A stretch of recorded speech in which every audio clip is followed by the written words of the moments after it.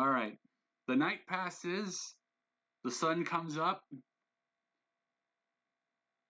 What are you going to do as soon as you're up and about? I would assume that Lilac would just do her usual morning routine to get herself ready. And before classes begin, you'll notice that she's going to test the soundproofness of her room by what she's going to do. She's going to pull out her music player. Well, she's going to play music on her scroll and just while listening while reading her books.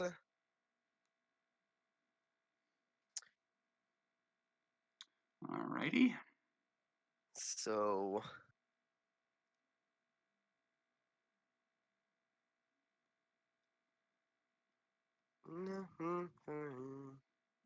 better. You can just kind of anyone nearby would just kind of hear it would barely hear. Better begin to play. She's listening to fucking Eurobeat. Yes.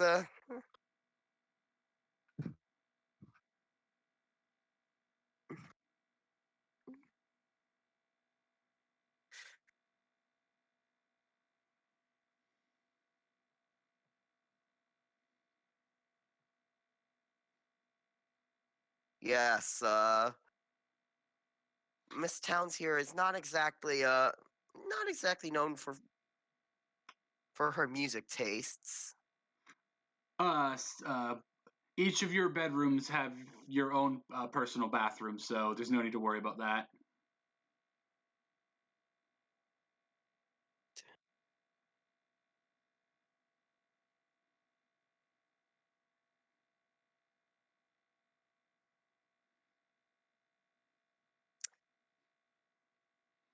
But as you're all getting ready, you hear a large discharge of energy from in uh, the dorm. Almost like a large railgun just went off. Well, what happened this time? I was enjoying that session. So Lilac obviously not in a very good mood after her vibe got killed. Picks Yeah. up her weapon. You then hear a door being kicked open, and you hear someone. You assume from the voice it is most likely Clover, complaining because she was just woken up by this, and she is very grumpy about it. Who the hell is disturbing my beauty sleep?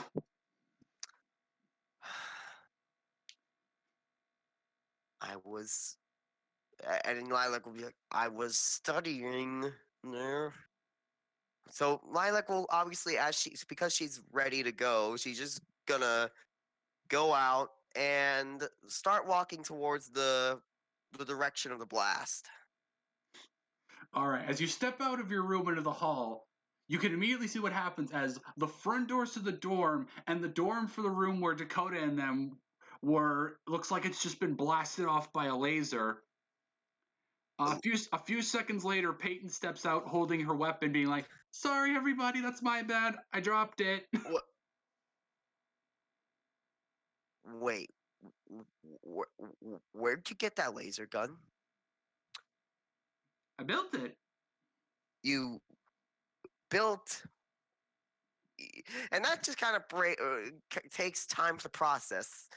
As you're processing, Peyton transforms her weapon from its railgun form back into its melee form of a very large sledgehammer.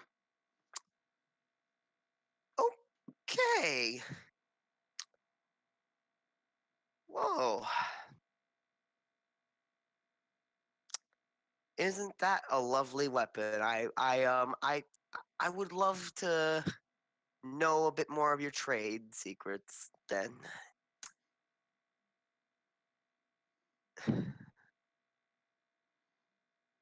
You and I might just get along yet. And still partially groggy, Clover's like, we'll get along if you learn not to wake me up so early in the morning. But Peyton will look confusingly at Clover and be like, what do you mean early? The sun just got up. And Peyton's like, yeah, the sun gets up later than usual. It's like, wait a minute, what time is it then? It's like, let me check. Wait. oh, it's quarter to 10. It's quarter to 10 right now. What? Damn it! Quarter to why did you tell us our classes start in 15 minutes?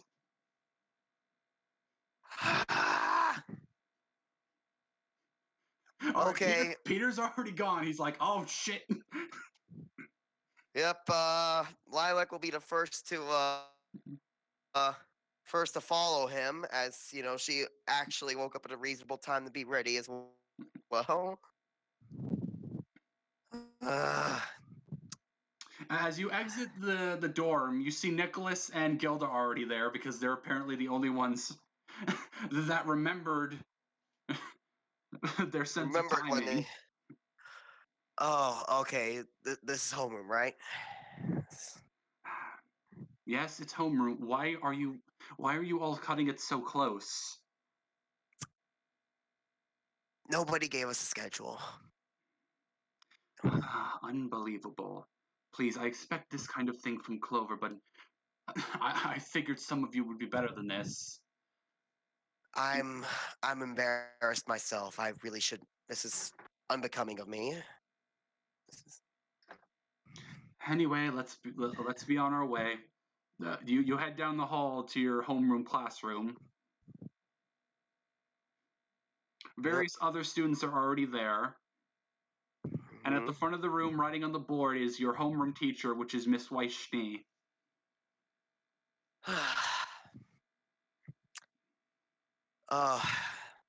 Morning, Miss Schnee. Without even turning around and still writing on the board, she's like, "Good morning. I'm assuming Penny forgot to give you your schedules." So this isn't the first time then, eh? No. The girl means well, but well, at least it won't happen again. Anyway, take your seats. Class is about to begin. Oh, what the? Where the hell is this? Who at me?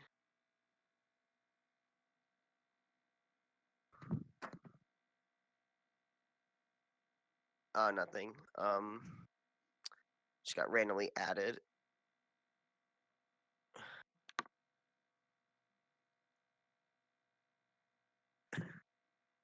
Yeah, yes, you can. There's still plenty of seats you can choose. You can hang in the back.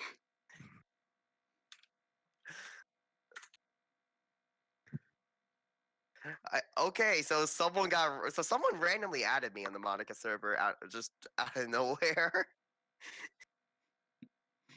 Nice. Oh well. So yeah, I'm gonna get probably second, third row in the middle, kind of like right up there. All right. Nicholas and Gilda will take seats in the row right up front. Clover will take one in a row third from the back. Lily will be around in the middle. Dakota and Marvin will be second to the front. And then Ebony and Peyton will be a row in front of the middle. Okay.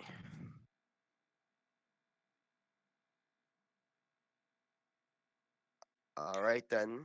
So she finishes writing on the board. Now, before we start, she looks over at Peyton. Miss Hart, was that discharge I heard earlier from your weapon? Peyton sheepishly just pushes her fingers together. Maybe. The fact that she could assemble such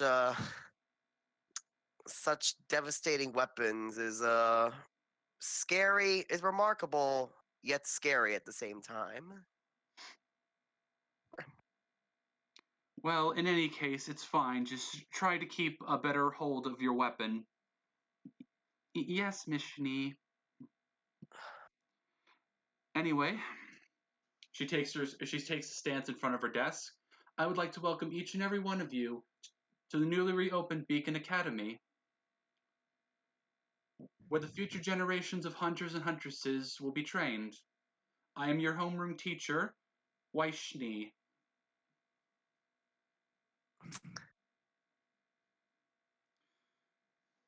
Now, for this first class, I will be explaining to all of you how your days will occur here. So the majority of the class is spent with Weiss explaining to you how your classes are going to go. Mm-hmm. You have homeroom with her to start with.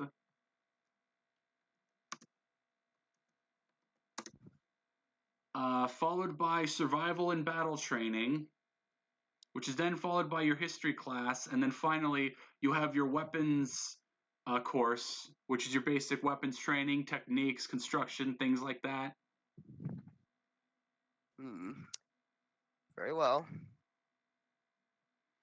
Now then, before you move on to your next class, does anyone have any questions?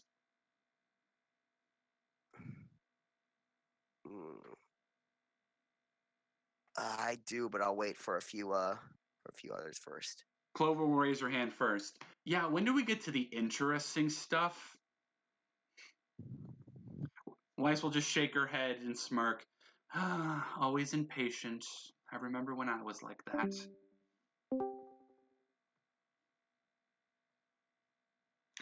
Well, the interesting stuff will come soon enough. In fact, the interesting stuff you're looking for, Miss Samson, will come at the end of the day.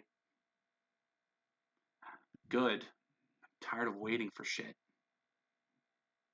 Survival, yes, that's your second class. Mm-hmm. Now then, any other questions? I'm sure Millie will want to ask something.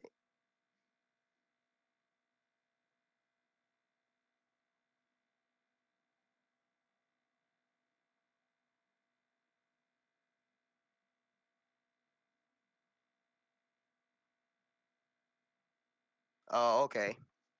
Oh yeah, I'll let Peter's question go first. Weiss will turn to Peter. I'm glad you asked, Mr. Anderson. The kind of training you will be doing is the basics of being a hunter or huntress, how to survive in your environment, how to adapt to your environment, and what the best course of action in any given dire situation will be.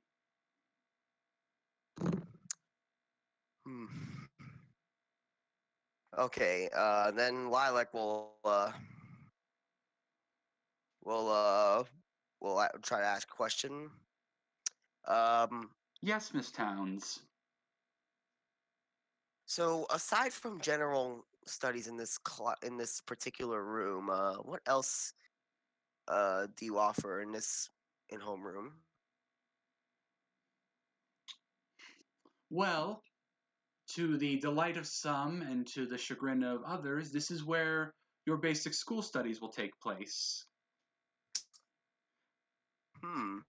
Okay. You could all be very, very skilled hunters and huntresses, but if your basic grades aren't up to snuff, that's going to hold you back. I would expect as much. Don't but in the back room, mentally she makes it knows like, well, at least I won't have too much of an issue with this one. Just a mental note, not actually saying anything to anyone. All right. All right. And then, Any other questions? Weiss looks around the room, and no one else raises their hand. Very well. that will be all for now. Please make your way to your next class. All right.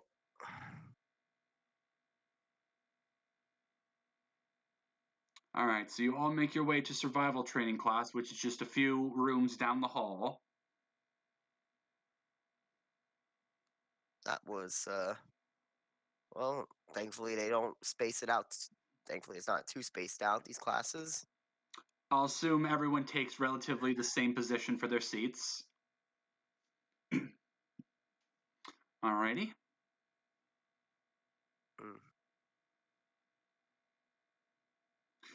So as you all make your way into the next classroom, the teacher you see at the front of the room this time is actually Ren. Oh.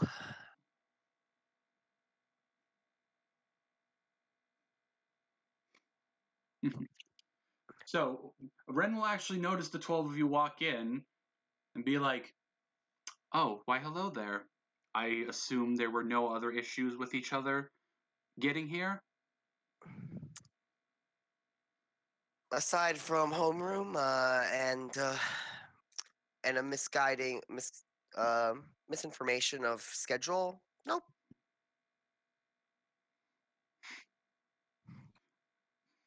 And then Clover will snarkily proclaim, yeah, that and someone almost lasered our dorm to death.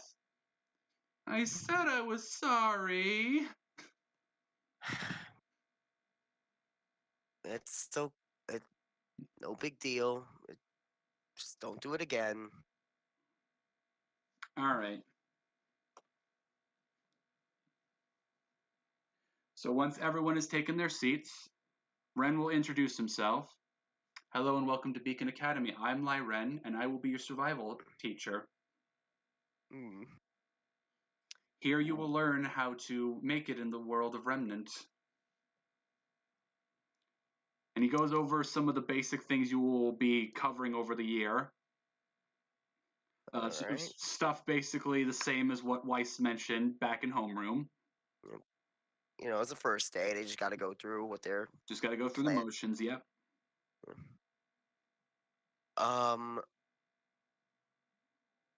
Wait a minute. Why Ren is here? Oh dear. Now, in the closing minutes of your first survival class, Ren will say, now then, I hope you're all prepared because you're going to get your first taste of what this class is going to be like at the end of the day.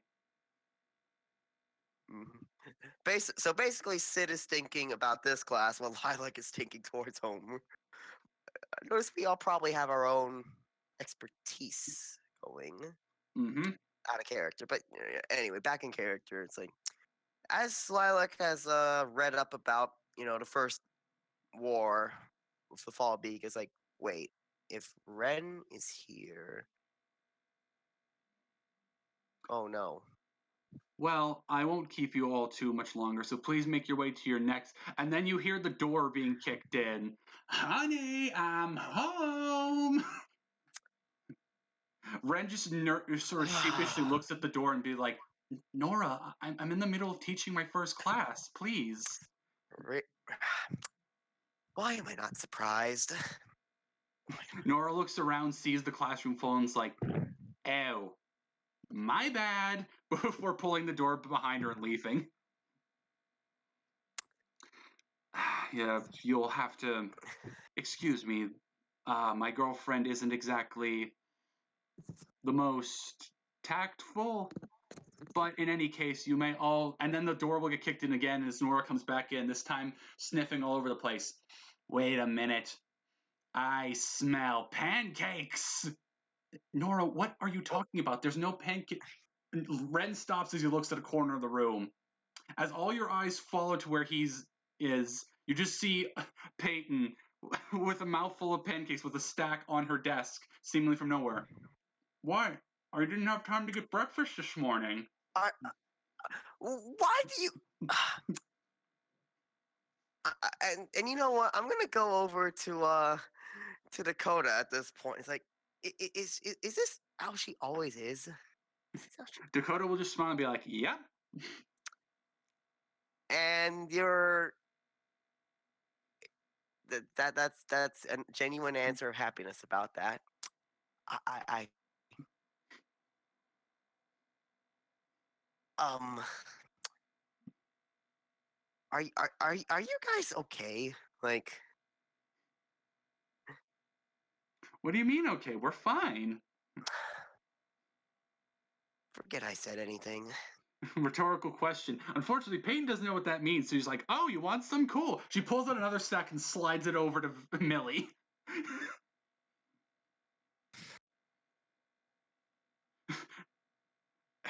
And Nicholas is just like, "But how? Where did? What?"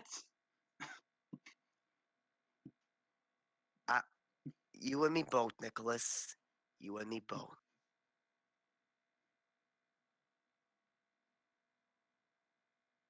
Peter, Nicholas, let's just not question anything anymore. Millie looks at Ren. Ren just looks at Millie, shrugs, throws his arms off, and shakes his head. He's like, "I don't know."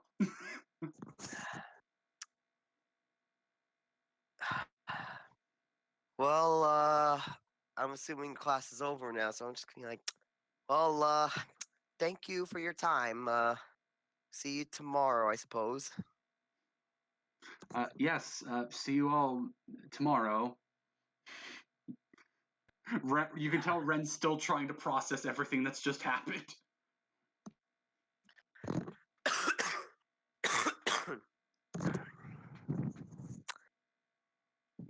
And Peyton is just not even following them as she's just eating the pancakes with Nora.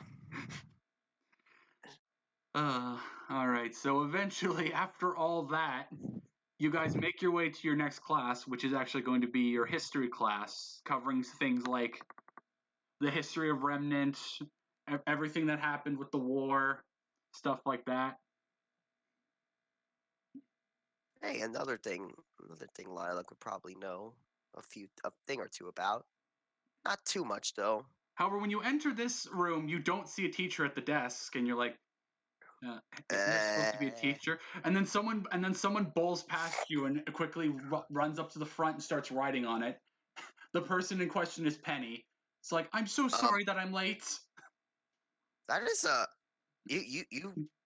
you went in here and scrawled your thing at breakneck speed. That is, I don't know anymore. Nicholas will push up his glasses and be like, "It's because she's a robot." Well, oh, that makes a lot of sense. Wait, wait, she's a robot? Penny will nod and be like, "Yes, I was built with some of the most high-tech technology the Atlas Corporation has access to." Oh, well, lovely.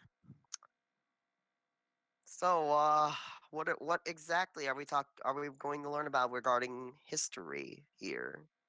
I I'm here believe to it's teach you about everything that's happened in the past 10 years since the fall of Salem. ooh, 10 years have changed a lot, eh? All right, so I assume you will now all take your seats. Mm-hmm. All right, as you all get seated, Penny goes over some of the stuff you'll be covering and even covers a few brief snippets of what you'll be learning, such as, how Weiss came here and how her sister took over the Shani Dust Company, how Blake Belladonna took over the White Fang, things like that. Hmm. Ah, okay. Well, it sucks that there's still a few fanatics of the White Fang. I don't hear. Lilac just kind of drones off for a second. It's like, great. If only all the White Fang were like that. I have to hear about the few fanatics so many times.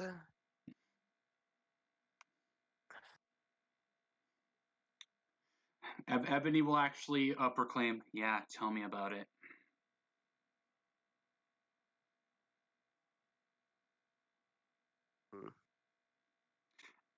Anyway, that will be all.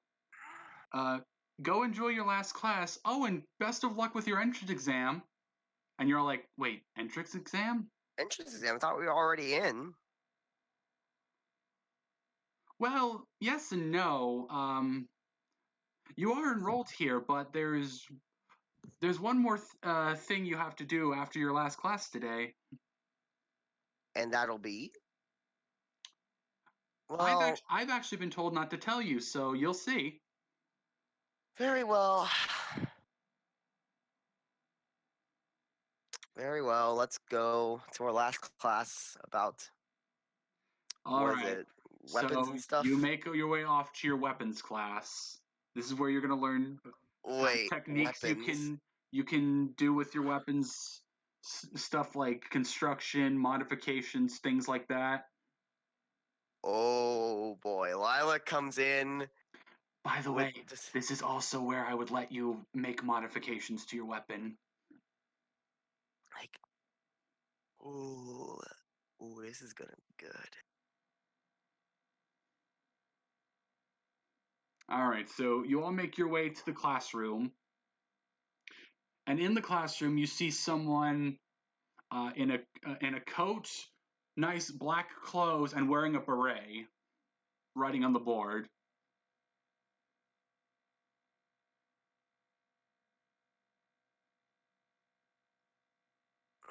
The woman turns around after she's done. It's like, oh, there's my class. All right, take a seat, everybody. Let's get this started. Wait. Oh. Well, this place looks a lot, looks very classy for a weapons class. Very fashionable. I mean, this place has some standards, but in any case, welcome to weapons class. I'm your teacher, Coco. Huh. Coco, well. Yes, Cid, you and her are beret buddies. Ooh, this is. So what can we do about? What can we do about our weapons here? Well, in this class, you're going to learn the most effective way to fight with your weapons, and you also get plenty of opportunities to make modifications to them. And Coco will actually walk over to Lilac and take her weapon and look at it. This is nice and well built, but I don't know. Feels like it could use some lasers. What do you think? You and I are now best friends for thinking about that. Did Coco and Lilac just become best friends? Yes and yes. We.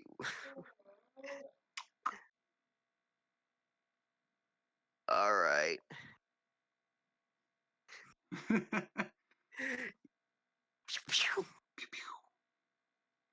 All right. All right. So Coco spends most of the class going over the topics you'll be covering and showing how the class is going to work by demonstrating things with her weapon, her good old briefcase minigun. A lovely weapon right there.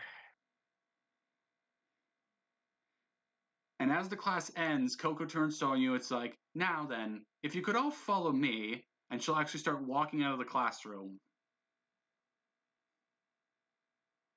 Mm-hmm.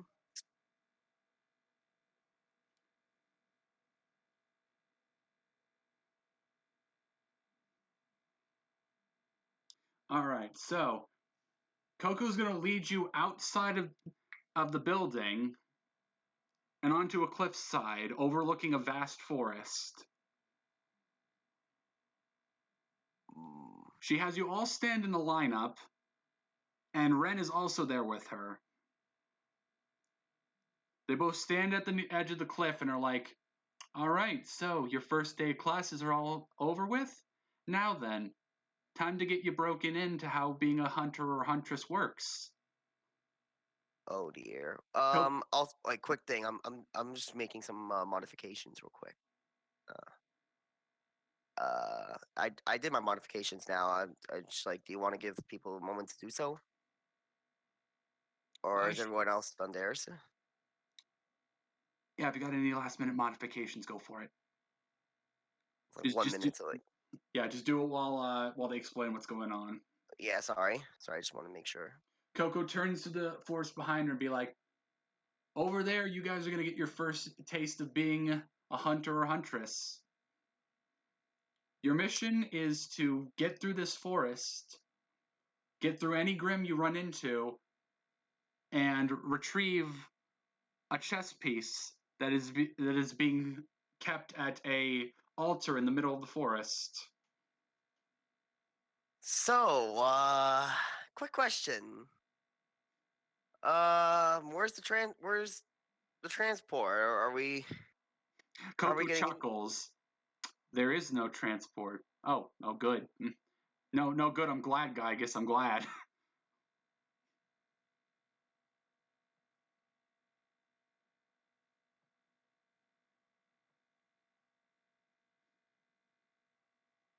all right? So how are we getting in? Coco looks at you and chuckles. "Transport? There's no transport here." And before you can ask, well, how are we getting there? One of the other students is suddenly flung into the forest via a pad that they're standing on. Uh, um, you forgot to give him a shoot. We didn't forget. We just didn't give you one. You gotta be kidding me.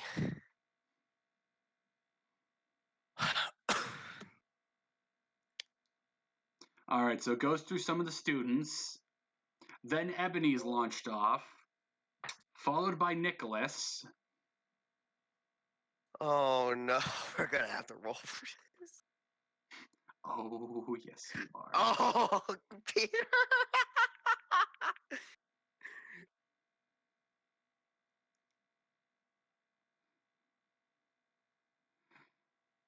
Wait, don't we need also wait before we go? So we need to. If I remember correctly, don't we have to find a partner or something in this as well?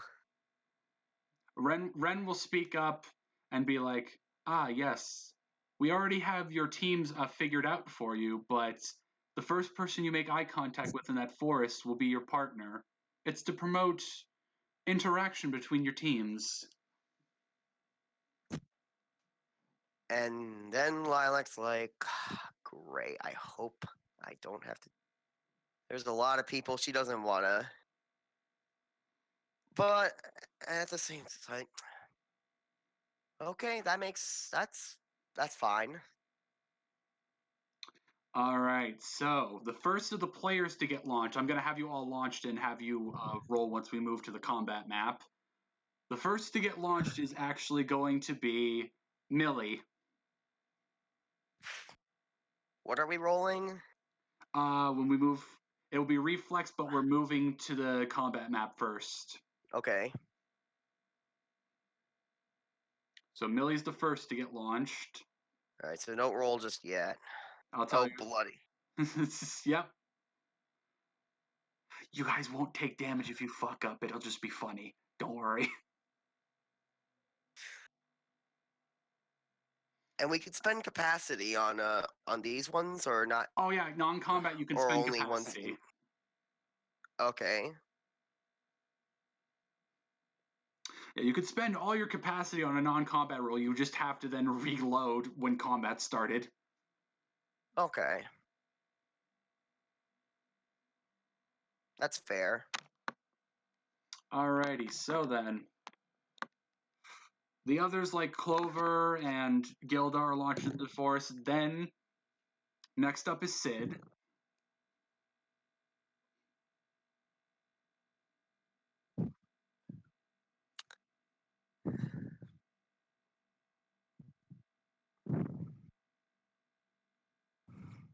No, not yet. I'll tell you when you roll. So Cid's launched, then Peter, and so the last one to go is Lilac. Any last words? To quote a certain game, where are we dropping? Where?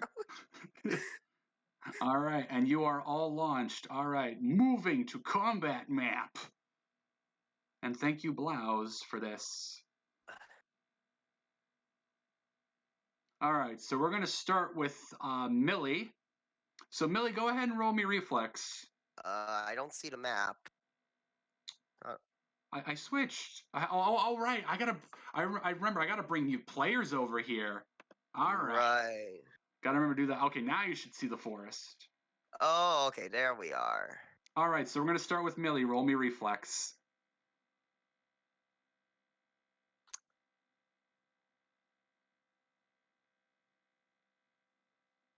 Well, no, it's it's spent capacity on non-combat rolls is spent like momentum in a wrestling RPG, I think. Am I correct? Yeah. So you roll. So if you roll like a 10 and you roll spend and a then capacity, yeah. Yeah. All right.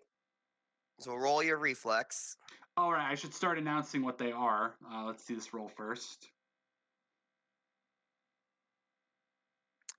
Hey, good shit. Good shit. Alrighty, so you're coming in for your landing. Unfortunately for Millie, she got like the most uneven and rough part of the forest to land in. So you unfortunately don't quite stick the landing. However, something breaks your fall. Something tiny from the looks of it. Yes, as you land, you look down and see that you are sitting on top of Ebony, who's like, "Can you please get off me?" Well, I guess you found your part. Yep, Millie as of now is partnered with Ebony.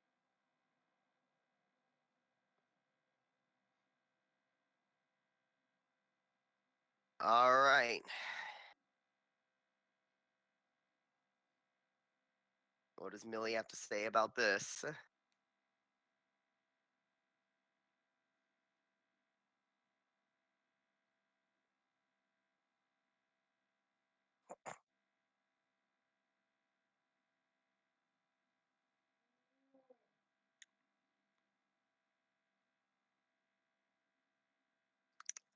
And Ebony will take your hair and stand up and be like, "Thanks."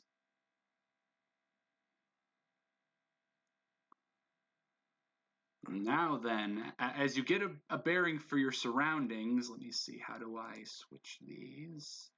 Okay, I think I go to here. All right, here we go. As you get a feel for your surroundings, you suddenly hear growling and see that there are a total of 3 Beowulfs surrounding you. Beautiful.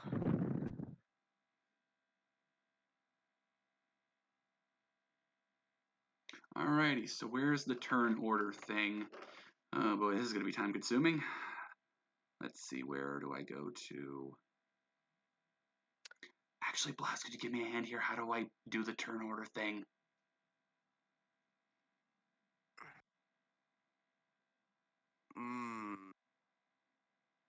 Maybe we should. Oh, okay, you switch to. You'll switch to GM. Turn order. Okay. All right, thank you. Descending. All right, so then. Can't believe I got to switch to that layer. Yep. Now we're just going to add all of them to the turn order. Ebony, and then all of the Beowulfs. Okay. All right, and go up to the stat sheet because willpower is what determines this. All right, so Millie's is 4. Okay, so then turn order is going to be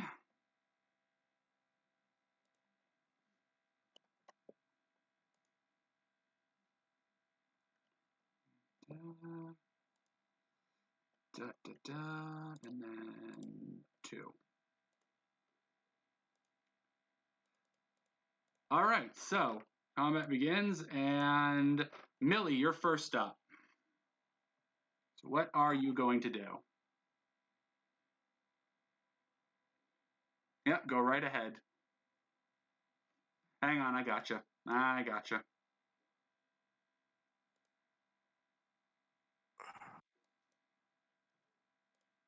There you go. All right, so what do you want to do? You two are surrounded right now. Which one of these is capacity? The red, the green, or the blue? Green is health, blue is aura, red is capacity. What? Why is my blue a 12 then? Why is my...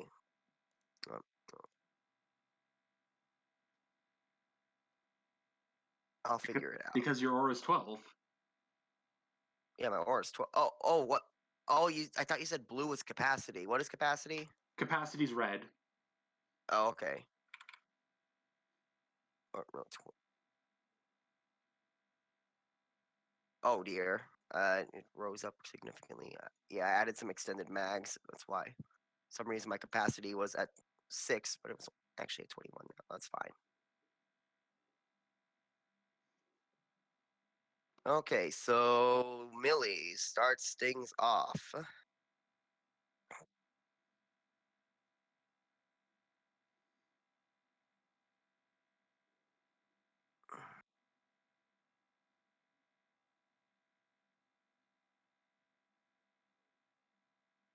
All right, let's see. How do I check range?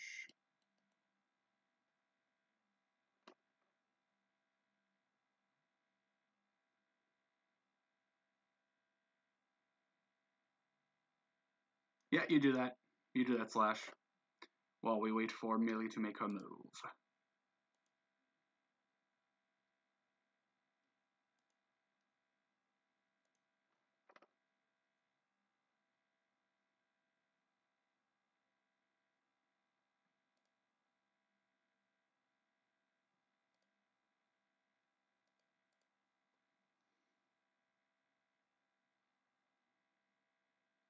Yeah, no problem, Blauze. All right, so you are going to extend your hair around a tree, catapult yourself, and smack it in the face with your mace. All right, so go ahead and roll me first a semblance check, and then roll me a... All right, we'll start with the semblance check, and it's going to be average, so you got to beat a 15, because I need to start announcing what these rolls are, so you got to beat a 15.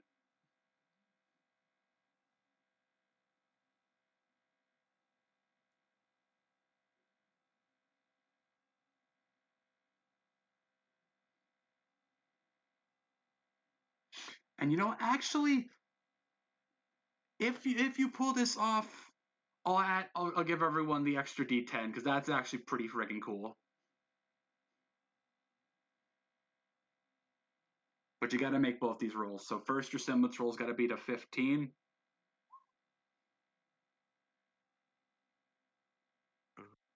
Oh, dude! I think you beat the 15. I can't be sure. Here we go. Alrighty, so you make that with flying colors. Like you style, like you swing yourself around the tree. You do it a couple times just to show off, and then you fling yourself at the Beowulf. So now go ahead and give me a melee accuracy. And Beowulf's defense are 15, so you got to beat a 15 again. Oh man, that's in the top 1% of rolls right there. Mwah. Watch it. Come on, please.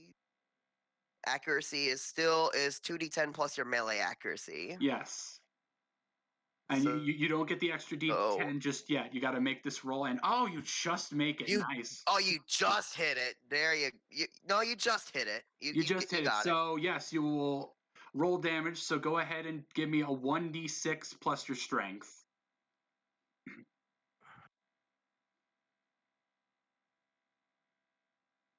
Oh no, it's fine. At least you just got it. Yep. And now everyone gets the benefit of the extra dice in the preceding turns. 1d6 plus strength, yes. Wait, hang on a second. Oh, never mind. You get the extra d6 immediately because you nat 20'd that. Right, that you nat roll. 20'd, so you should. So give me a 2d6 plus strength. Oh, this guy's gonna hurt. This guy's gonna hurt. Ooh, 9 damage. All right, so I'm gonna assume this is the one you're attacking.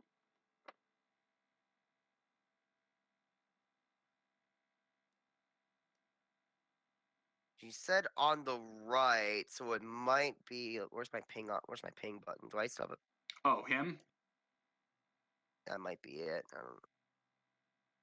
I don't know. Just go ahead and ping the one you're attacking, so I know which one to negate health from. Thank you. All right, cool. So how do you ping again? You click and hold. Oh, okay, I saw it. I got it. All right, so let's see how this works. If I put -9 in here, does that? Yes, it does. Excellent. All right. So you get a real good hit in on the Beowulf, and this thing is very unhappy with you. So his friend is going to move to engage you and is going to take a swipe at you. So go ahead and roll me a defensive roll. Let's see which one you would roll. I feel Millie would probably want to roll resistance. Considering she's not quite moving from it, I would say resistance or even semblance. Yeah. But I think resistance would probably be applicable because it's like.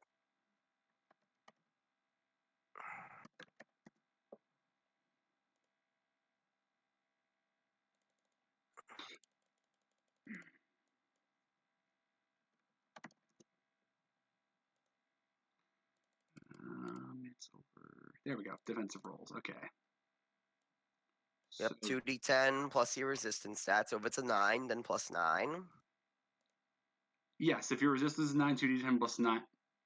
Yeah, Oh yeah. you just it swipes at you, hits your hair, and you're just like, yeah, okay, was that the best you had? And now the other two Beowulfs get a shot, right? Yeah. Now the one you attacked, which is very unhappy with you, he's actually going to spend one of his actions to howl, buff up his damage by 1, and now he's going to take a swipe at you. So go ahead and give me another resistance. Resistance. Oh, that was close. Close, but he's going to get the hit. So you're going to take 2 damage to your aura. So go ahead and subtract 2 from the blue meter. All right. It got a hit in. It's not a big deal. Yep. All right. It is the next Beowulf's turn. The last one here. The far out one. Yeah. He is going to spend his entire turn to just rush over to where you are. And now? Now it's Ebony's turn. So Ebony is going to go ahead and give you assistance by taking a swing at this thing. Let me go grab her melee accuracy. That is a 4. All right. And thanks to you, she gets the extra D10. So let's see. Can she beat this thing's defense with a 3D10? Survey says... Oh, I forgot to put the roll. That's my beat. I'm good at this, guys. You're amazing, Shadow. Oh, she is just going to miss.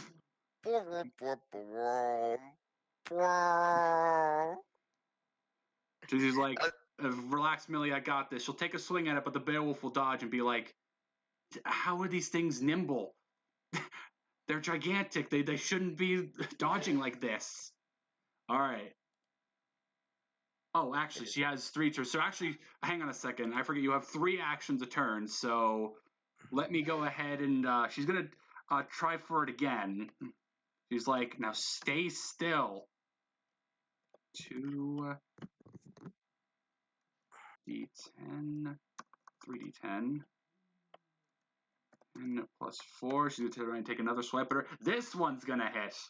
This one's got it.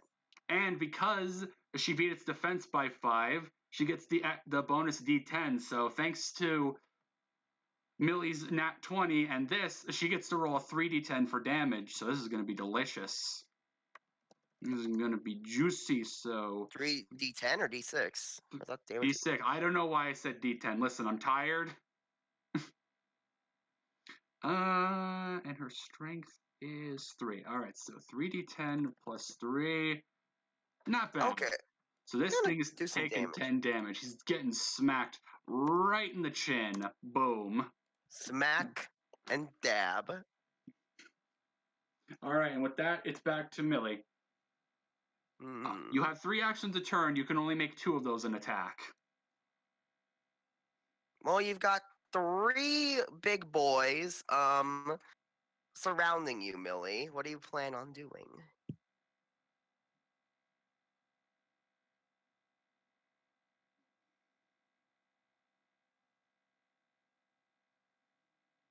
How so? Like, can you, like, attack one and then use another to attack another?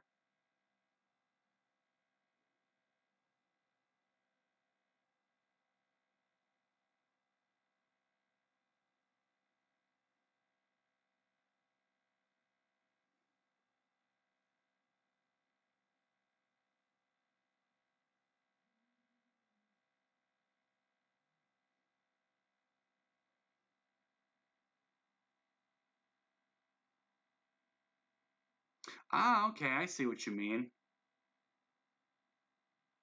I will say, I'd say each swing would have to be an action, so you could do it twice.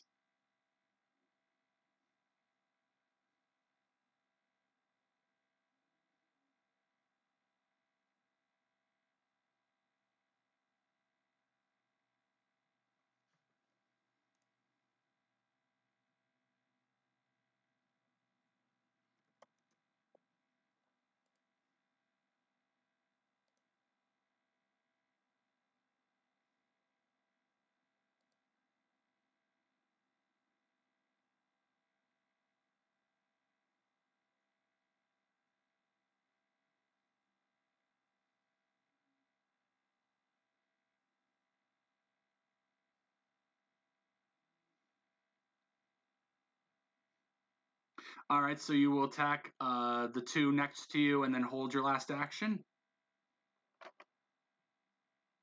All right, so give me 2 melee accuracy rolls then.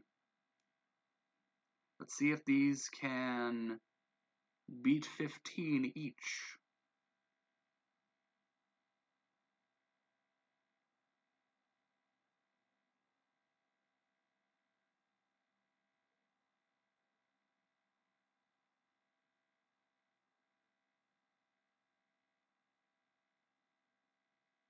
Oof, okay, that one doesn't hit. That one does.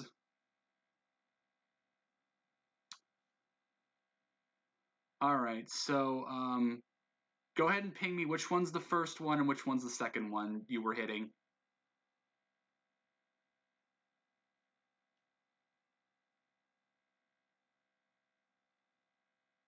Okay, that one's the first, so you don't hit that one. You do hit this one. All right, so go ahead and roll me a 2d6 plus your strength on this one.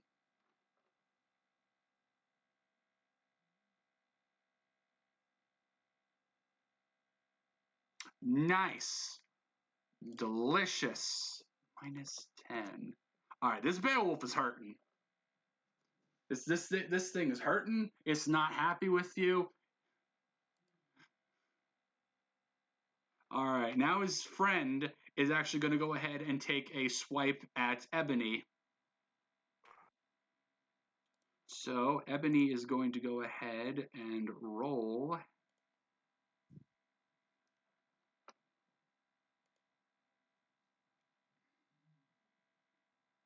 a dodge is agility plus perception. She's going to go ahead and roll a dodge. So let's see if she can pull this off. Thankfully, she's still got that extra dice. Roll 3d10 plus 6. She is not able to. She goes to dodge the Beowulf's attacks, but fumbles, leaving her wide open to be attacked. So she's going to go ahead and take 1 damage.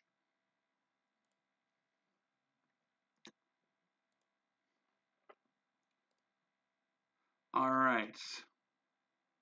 So then, moving on.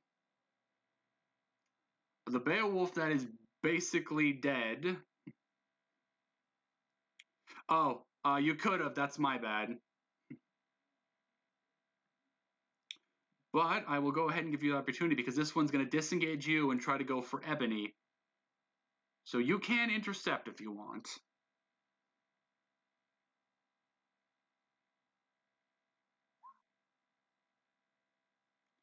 All right, so go ahead and give me a melee accuracy roll. See if you intercept this thing.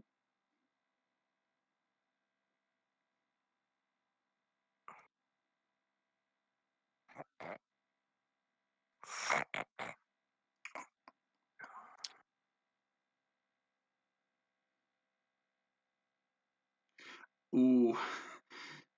You take a swing at this thing as it's trying to engage Ebony, but it just ducks your swing. So the thing is going to go ahead and attack Ebony. Ebony's going to try and dodge again and hope it goes better this time. Will it go better? Survey says very much so. That's gonna do it. And because her dodge beat it by at least 5. Oh wait, that's an attack. No, never mind. So she's able to dodge, and she will quickly move out of the way of that one and over here. And then it's this last one's turn. It sees Ebony coming to its line of sight and is going to try and take a swipe at it. And Ebony's like, "Oh god damn it! Why me?" So she's going to try and dodge this one as well. And she does. Nimble dodge. Ebony's playing Dark Souls right now. Just roll. Just keep rolling. All right. All right, and with that, it is Ebony's turn. You can't hit her. She's too tiny. She's too tiny. She's too small. She's going to go ahead and try and smack this one with her weapon. So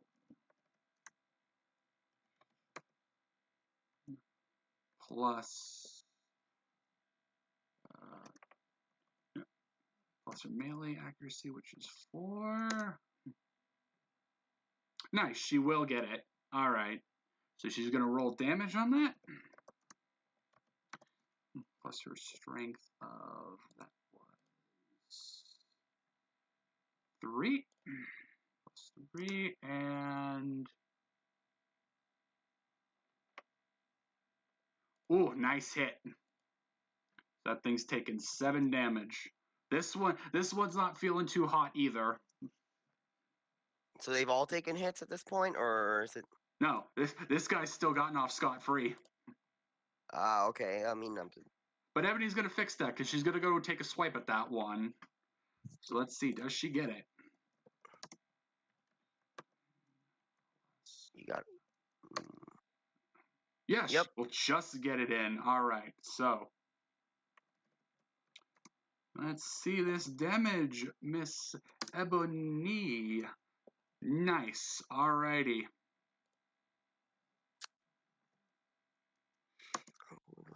So that one takes a nice good hit. And Ebony will hold her last action to try and help you out like you tried to help her out. So it's now your turn.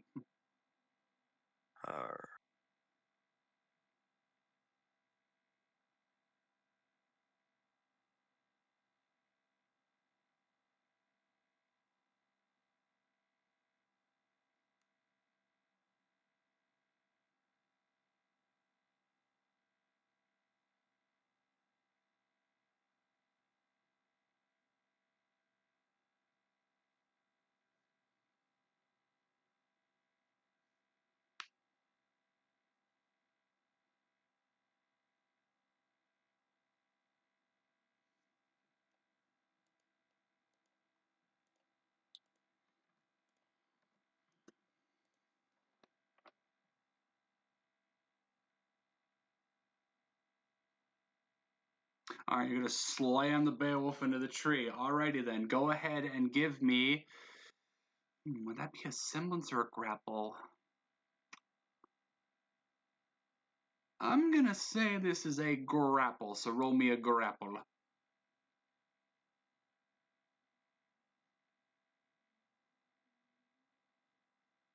Oh yeah, you got it. You slam that thing. Alrighty. Now how am I gonna calculate damage for this? I guess this was counted as unarmed, so I guess roll your damage and it'll take half. Yeah, roll your damage and it'll take half of what you get.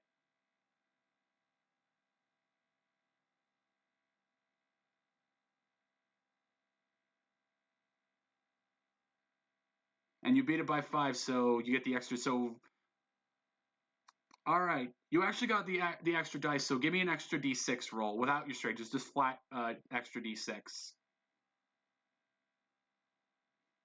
All right. So it's going to take 11. So it's going to take 6 damage. And which one are you slamming? That one. So it's taken 6 damage. Congratulations, it's dead.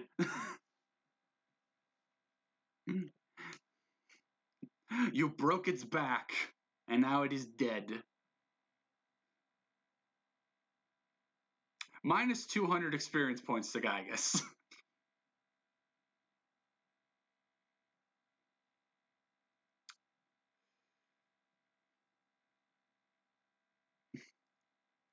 Alrighty, so that was one of your actions. You still have 2 actions left. You can still make another attack if you want.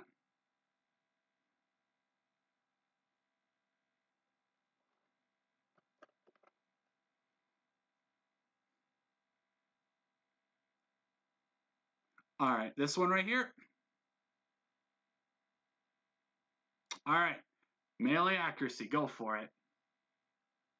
You're still on your delicious 3d10.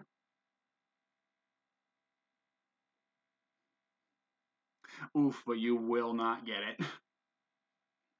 it. It's hurting, but it manages to avoid your attack. Alright, and what will you do with your last action? Store it. Alrighty. So it is that Beowulf's turn. It's going to go to take an attack at you, but Ebony was still holding onto an action, so she's going to go ahead and take a swing at this thing.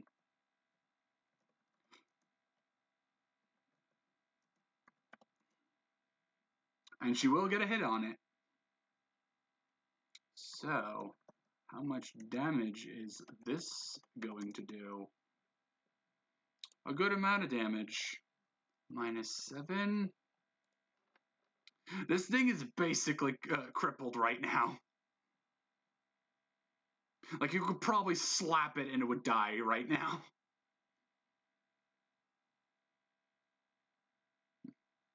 The Beowulf will just go ahead and it will actually run to disengage. So now it's this one's turn.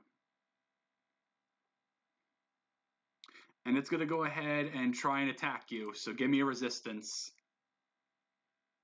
And its attack is 20, so you got to beat a 20.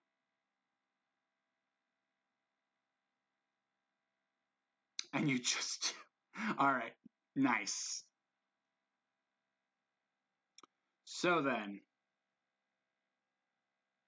that'll do it for now. All right. Ebony is going to go ahead and she's actually going to go ahead and take a shot at the one that's trying to disengage, because this thing, she can basically nick this thing and it'll die. So she's going to go for the ranged attack.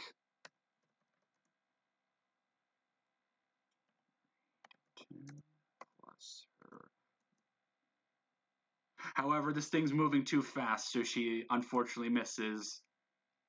But not one to take the hint. She's going to give it another go.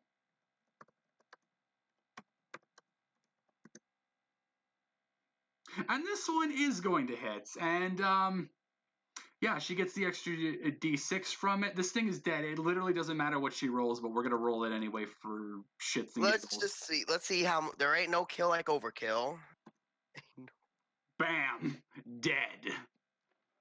She takes aim with her megaphone, fires a sonic blast, hits it in the back of the head, and it drops. And she will hold her last action and pass it over to you. It seems you can only roll good or bad die tonight. There's no average.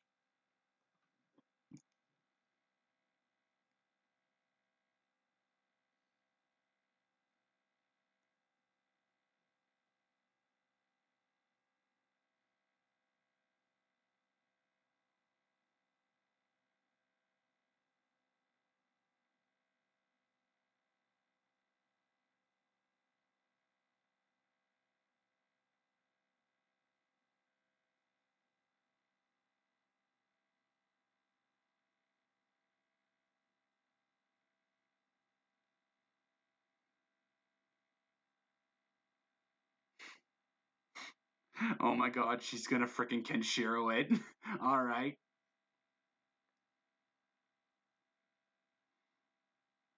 Alright, go ahead and give me a semblance roll then.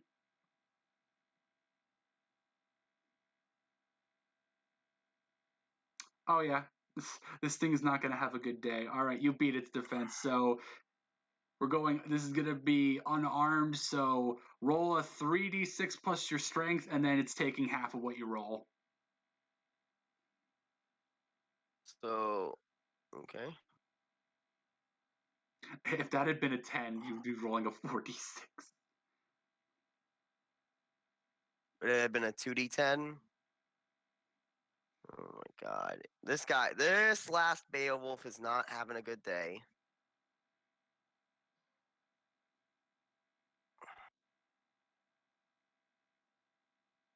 What, just roll it and we'll have it. Yes. We'll worry about rounding when you roll it. Oh, wait, 1d6? No, you're supposed to roll a 3. Just roll another 2d6. Just roll another 2. Yeah, without the modifier. So, I'll take the 12. modifier off that 10. Alright, it's taking 5 damage. Okay. -5. There we go. Alright. So you have 2 actions left. What are you going to do now?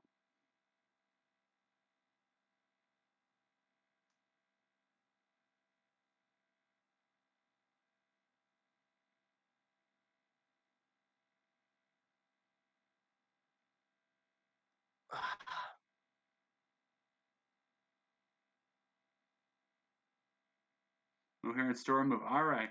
The Beowulf's turn. The Beowulf's going to try and go around to attack Ebony, giving you an opportunity to strike at it.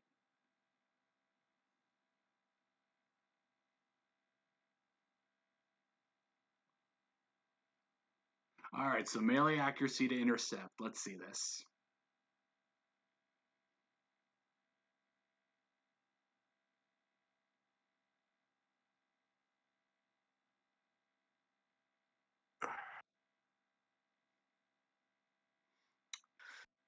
Give me another flat D10, because again, you're still on 3D10s without the modifier. And I'll add it to this. That's 23. All right, go ahead and roll me a fucking 3d6 plus your strength for damage.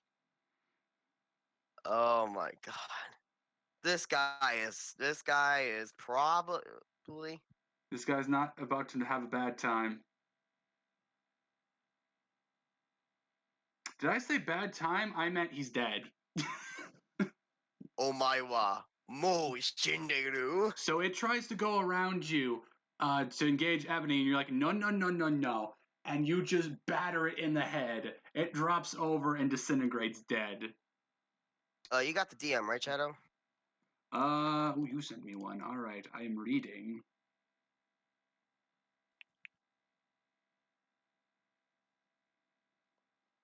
Oh, okay. Alrighty, so that is combat over for you two. So how do I go ahead and how do I do this? There we go. All right, cool. All right.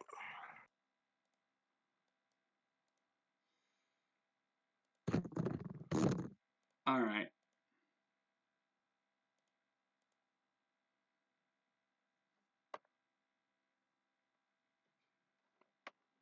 All right. So with that out of the way, Ebony looks at you and is like, "Huh, you're pretty handy with that hair there."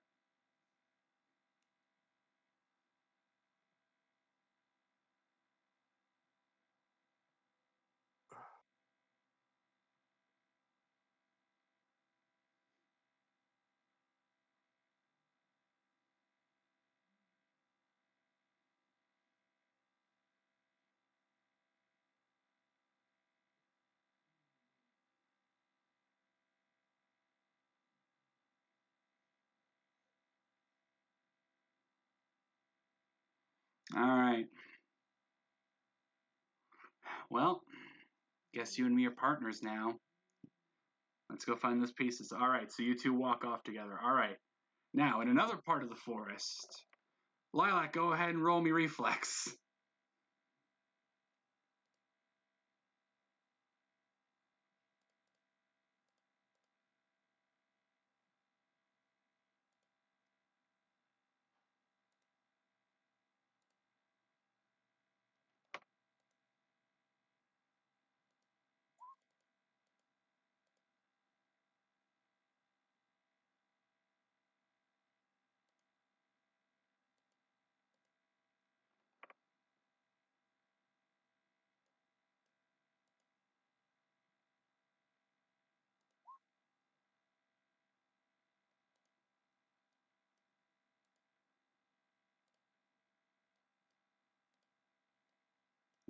Okay.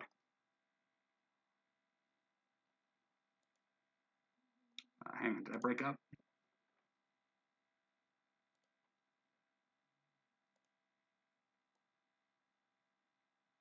Hey, Han, can you hear me? Oh, good. Oh, I'm up right now? Yes, go ahead and roll me a reflex. Oh my god, I'm so sorry. That's all good. Roll reflex. Okay. Shit, I'm so sorry about that. Is it just a Yeah, it's just going to be the 2d10 plus your reflex. All right.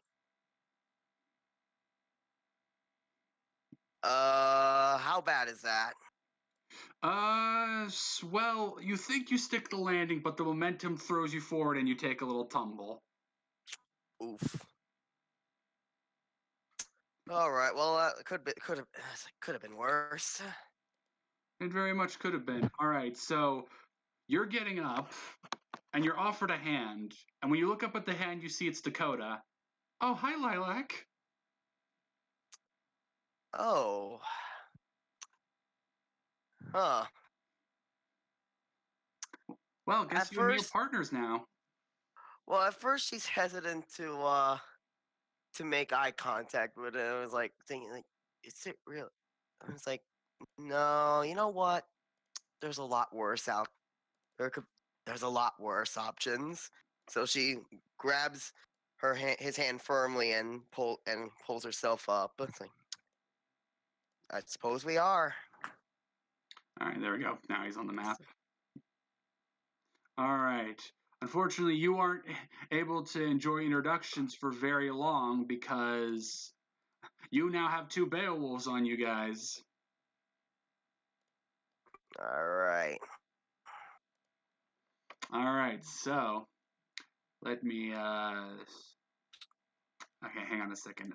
Hey Blauze, could you just DM me how I bring up the turn order thing so you don't have to keep doing it for me? Turn orders. Oh, clock. Thank you. All right, cool. All right, so add you, Dakota, and the two Beowulfs. Pull up your willpowers. Okay, so Three. Lilac is 3.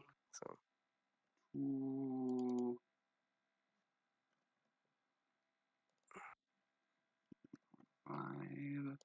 Okay, so then, Oh, these things are gonna get the drop on us. yes.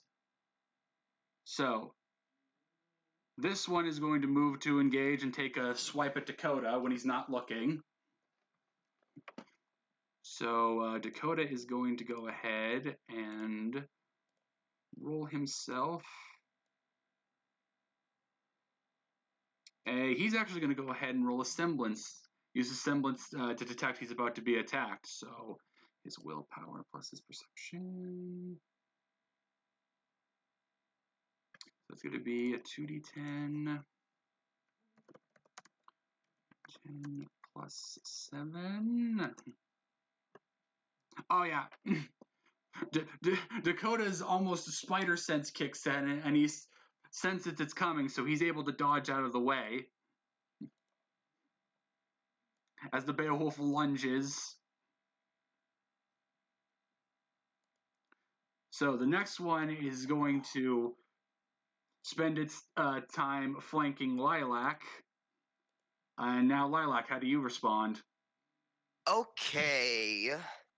So you know what? Let me.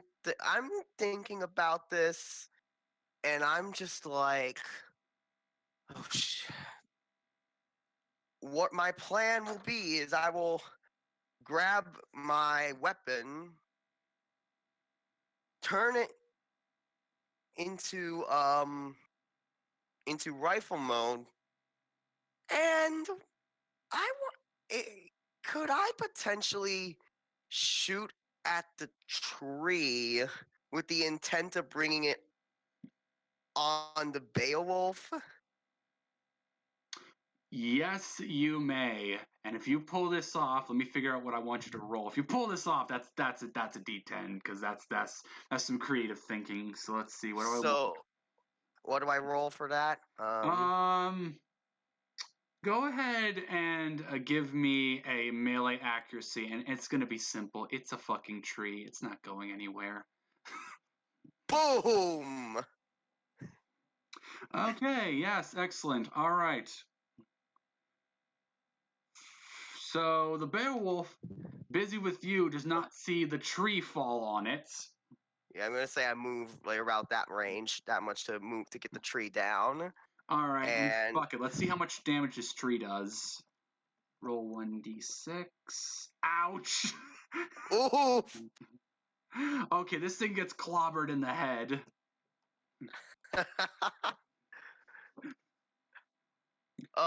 And Lilac's just like. Dakota smiles and gives you the thumbs up. And now, can I still do one more attack? Is that an option Yep, I you can can do? you can do two a turn. All right, so now I'm going to rear up my my weapon into its assault rifle mode. Now with laser, With and laser. now I'm just gonna blast the other one, the one that tried to flank me earlier. All right, give me your ranged accuracy, and you don't have the extra d10 yet, so just 2d10 plus your melee weapon accuracy. Ah, damn. All right. This one sees you taking aim, knows what's coming, so it dodges out of the way. All right, All right. and your last action, are you gonna hold? How much capacity does a range attack use up? Uh, 2, I think. yes, 2. All right. Actually, doesn't really matter. Can I use it? Can I reload as my last one? Yeah, sure. You can All absolutely right. do that. So go ahead. All right. So I'll just reload just to make sure I'm on top of my game. All right. So then it is now Dakota's turn. Dakota is going to go ahead and give this thing a taste of its ranged weapon. It's going to give this one a taste of his ranged weapon. So, and thankfully, thanks to you, he gets the extra dice. So, alrighty then, he's going to be rolling 3d6 plus his melee accuracy. Well, 3d10 plus his melee accuracy, which is 5. Ooh! That's hitting. That is so hitting. All right, well, he's rolling a 3d6 for his damage. 3d6. Ouch! Oh, the state of this thing. So How bad? Dakota smiles at you. It's just like, hey, Lilac, watch this. He takes out his katana, transforms into what looks like a gun, pulls the trigger, and just lights the Beowulf on fire. His katana is a flamethrower, by the way. Now that's a katana.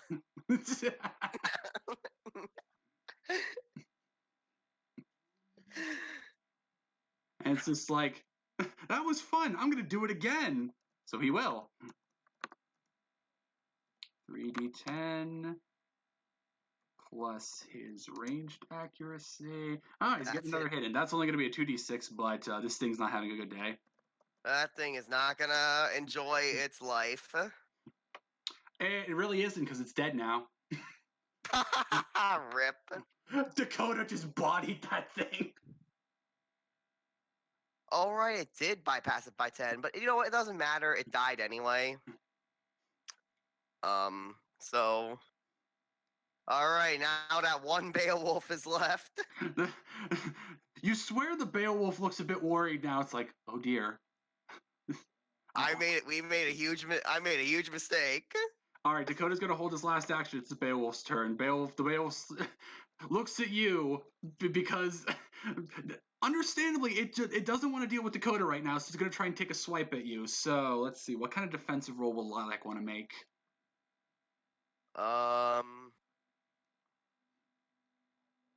Considering it's swiping at me as I would probably say reflex because she tried to get out of the way of that. All right, so go ahead and roll me reflex, and you got to beat this thing's 20 attack. Is it a 2 or 3 now, or what? You have the extra d10 now, so it's a 3d10. Okay. 3d10 so plus your reflex, and you got to beat 20. 3d10 plus 3. Oh, that's not gonna dodge it. Nope, it's gonna get a hit. Thankfully, you're only taking 1 point of damage to your aura, because these things don't hit very hard. These are basic mooks. All right. Okay. Yeah. Okay.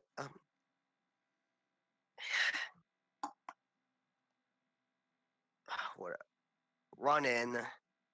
It's so good. Anyway, it's my turn now? Yes, it is now your turn. As Lilac is a little bit frustrated about that hit, she's going to do something that she never really hasn't really tried too well before. So she raises her arm out, and Dakota wait, no, he wasn't there, so no, never mind. So he sees the light emanating from the palm of my hand this time. All right. And I'm going to try to shoot out some freaking laser beams using my semblance. All righty. Let's see if this works. Give me a roll, and it's going to be average. It's not going to be too hard to deal with this. So 3d10 plus whatever your semblance adds up to. Semblance. What's semblance again? Was it will perception, right? Yes. So plus 5. What the fuck? All right. So you give it a laser, and you manage to agitate the thing like it's not happy with you. You still got 2 actions, so... Okay, well, I am not happy with it, so I am just going to grab my staff and just try to bash it in the freaking head with it. All right, give me a melee accuracy. 3d10 plus your melee accuracy. Yeah. Yeah, go ahead and roll me friggin' a 3d6 plus your strength for damage. My strength, which is 0. So that's all right. That's a fair Juicy. hit. All righty. So let me go ahead and subtract that from that. -9. All right. So what are you going to do with your final action? I'm just going to move to actually yeah, I'm just gonna move towards Dakota now, as my final action. All right. Now it's Dakota's turn. He's like, wow, that was really good, Lilac. All right, here I go. Watch me do this again. All right, so Dakota's going to go for another round of his flamethrower. So let's see how this ooh, okay, the first one is going to whiff. And he's This like, one, he finally he got wary from his buddy getting crisped up. oh, I learned to dodge. Well, might as well try it again. The Grimm's like, come on, hit me. Hit me. He hit him. Oh, that's a hit. All right, 3d6. You are not having a good day, Mr. Grimm. You are not having a good day, Mr. Grimm. Is it dead? No, but this thing is basically crippled, and Dakota's gonna hold his last action. All right. This Grimm is going to spend its entire turn to say, fuck this, I'm out of here, and try to run. And now it's your turn.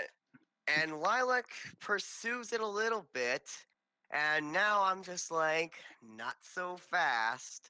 Wait, can I use a dust round as well, just for the hell of it? Yes. I want to use. I'm using my brown dust. So that would be I think. What round is that? Brown dust? Yeah. That's an acid round. So I'll be using my acid rounds, like, not so fast. All right, so go for the ranged accuracy, 3d10 plus your ranged accuracy, and let's see this. 3d10 plus my range accuracy of 6. Oh boy! Roll me a 3d6 damage. I think this thing's dead. I feel 3d6 like plus its plus my is there. I was not able to figure out what modifiers dust would add. Yeah, I'll just say 3d6 for now. Anyways, it's pretty much dead. Yeah, it's dead. Fucking dead. It is dead as shit. It's like, where are you going, bitch? Where are you running? All right. And as the battle ends, Lilac just turns her weapon back into freaking staff form and just kind of approaches Dakota once more. Wow, that was really good, Lilac. You did great. I was trying to show off a little bit more with that. Well, I guess I never really tried out actually firing a laser in my semblance, but you win some, you lose some. I got to roast a Grimm. It was fun. It was fun watching it. I got to send a tree crashing on one of those. I was wrong to think you'd be harmless. I might seem friendly, but I can fight when I need to. I like that. Let's get going. All right. So you guys make your way to the point of the forest we're supposed to go to. All right. Next up is going to be Peter. Give me that reflex roll.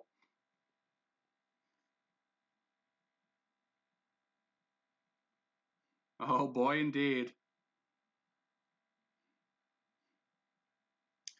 Alrighty. So you can already tell before you're about to hit the ground, you're not going to make the landing. So I know you DM'd me you wanted to do something, so go ahead and do it for me. Give me that resistance roll.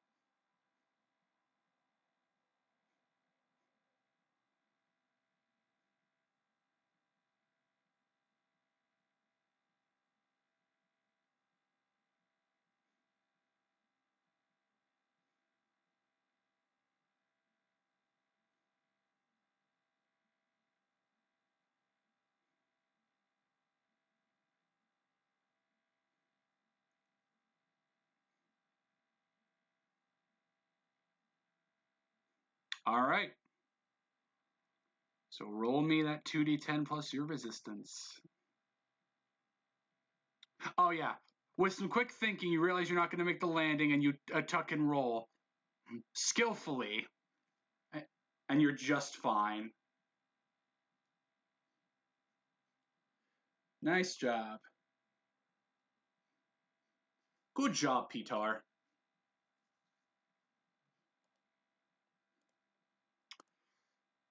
Alrighty.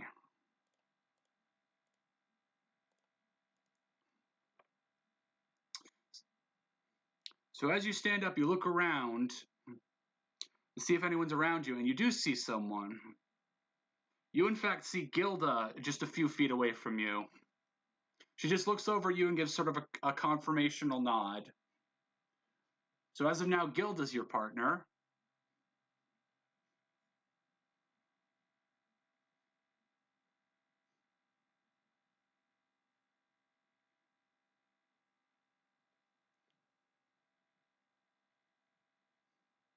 Gilda again nods, because remember, Nicholas told you she's not much of a talker.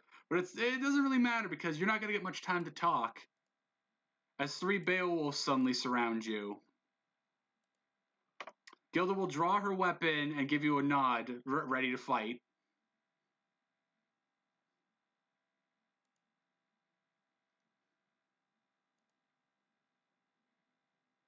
All right.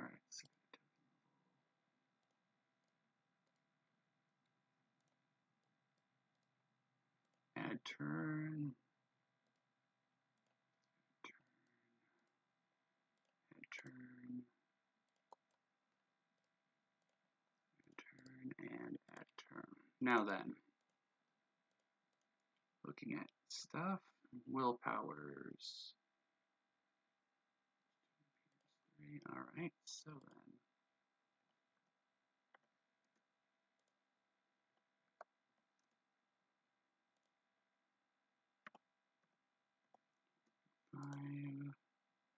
5, 2, and then 3. Alrighty, so the Beowulfs are gonna go up first. This one is going to engage you and try and take a swipe at you. So then, what do you want to do, Peter?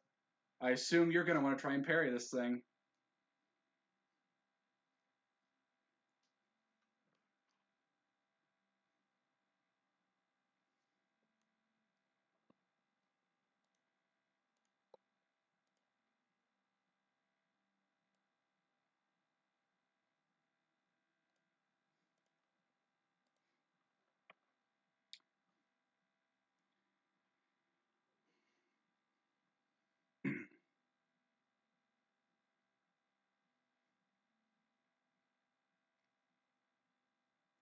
Alrighty, so go ahead and give me a 2d10 plus your strength and perception together. And let's see if you can beat that 20.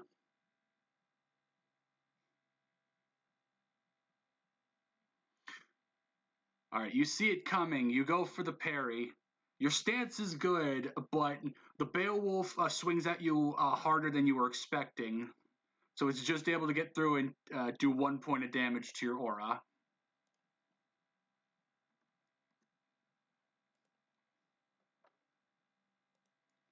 Alright, so next up, this one's going to go ahead and engage Gilda. And she's also going to try and go for the parry. So let's see her. Okay, so 2d10 plus 7.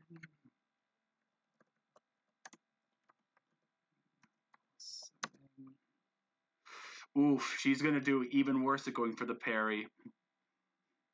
She tries to get her bat up to go for it, but just takes a blow right to the cheek.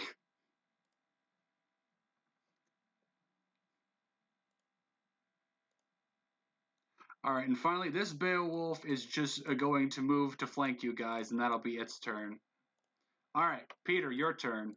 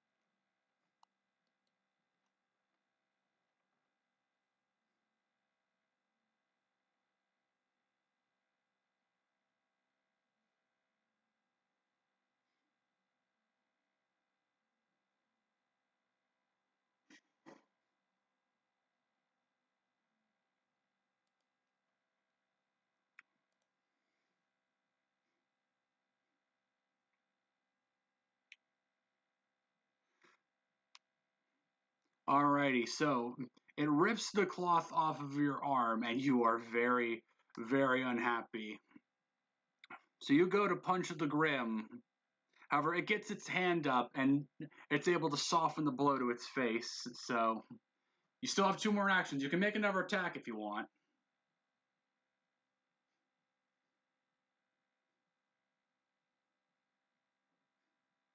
Alright, so let's see. So another 2d10 plus your... Oh! Oh, Jesus! So tell me something.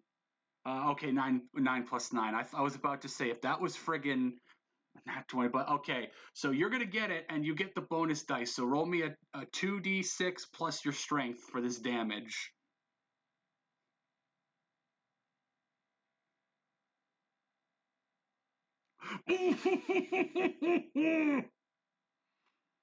Holy shit! So remind me, which one's getting smacked? Just ping it real quick. Oh, this one. Oh god.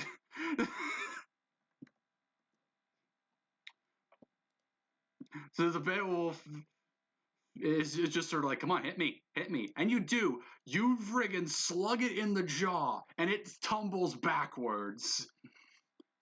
Like this thing goes ass over tea kettle.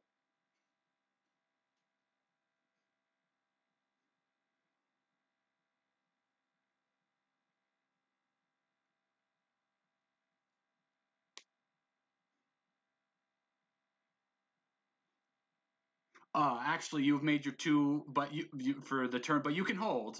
You can hold an action, and if one of them tries to like engage on their turn, you can intercept them. All right. Yeah, I'm actually saying that thing got knocked back from that because that's pretty good. All right, so it's Gilda's turn now. And Gilda's going to go ahead, not one to be outdone. She's going to go for the charge attack. Okay, so charge attack increases attack rolls by the number of extra capacity. So, Blauze, you also read the book. Does that mean for each capacity that's an extra d10?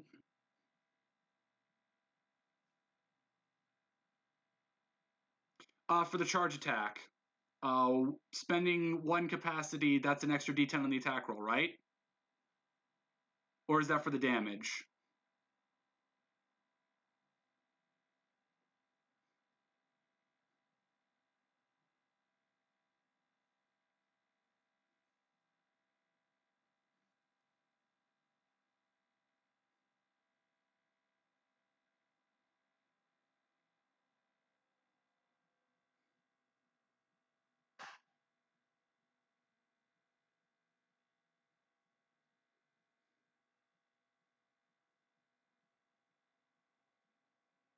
Oh, just a plus. Oh, okay, I get you now. All right. So yeah, Gilda's gonna go for the charge attack, and she's gonna put the full 5 capacity in this thing.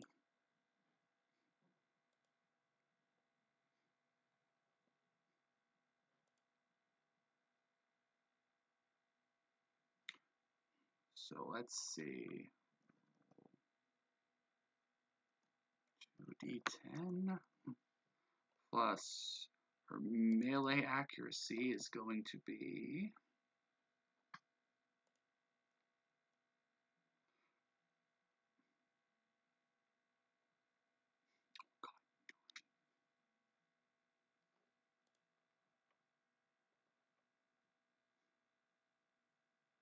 All right, so she's adding 5 to her melee accuracy roll then, I assume, is how it works.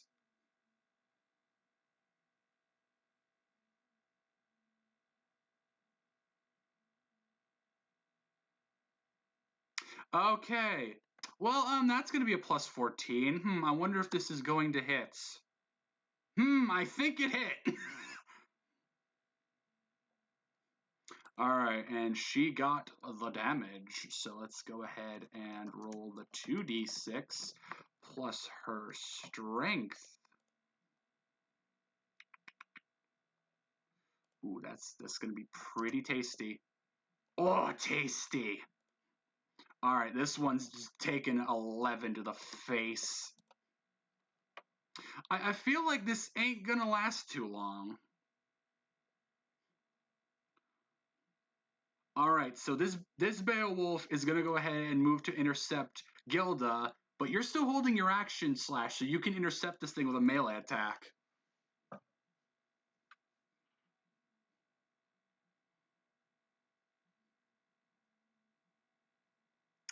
Alrighty. Oh yeah, abso-fucking-lutely. Alrighty, so roll me a 2d6 plus your strength.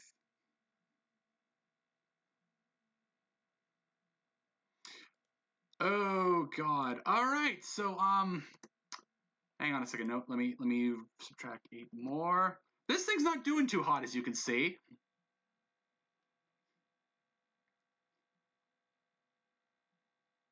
And it's actually going to rethink its course of action and pull back. So that's that one's turn over.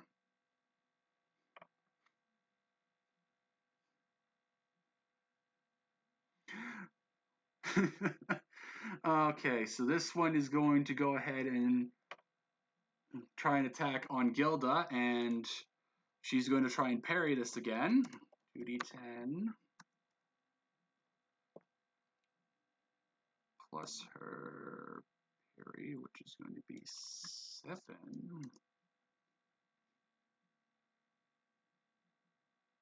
All right, she is not able to. She doesn't screw up as bad this time. She's starting to get the rhythm for it, but she will still take 1 damage to her aura.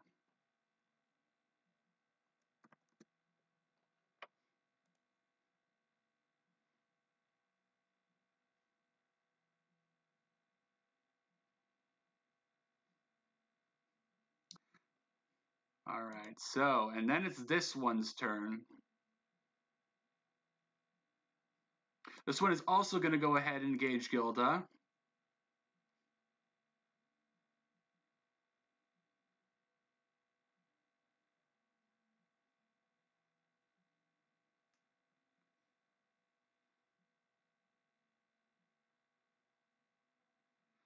To be adjacent to her, yes, this would be the square right there. Right there.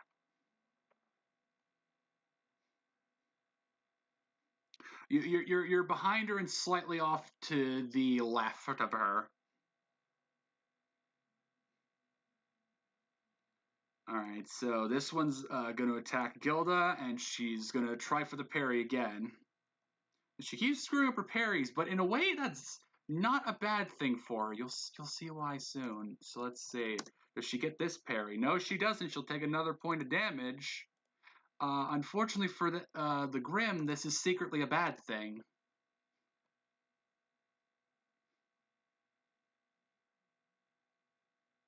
All right, and now it is Peter's turn.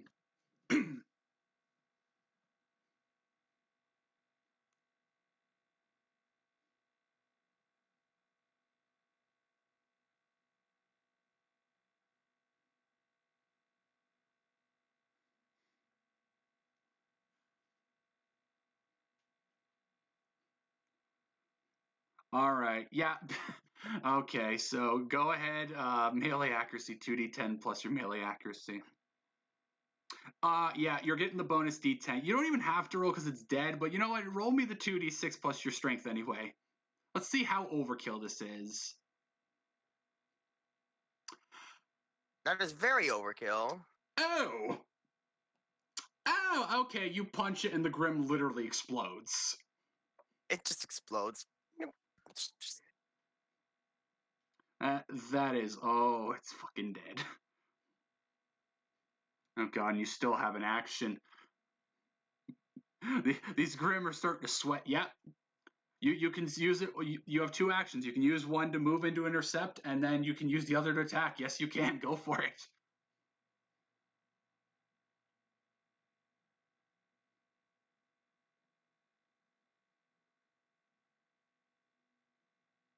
All right, and you will attack this.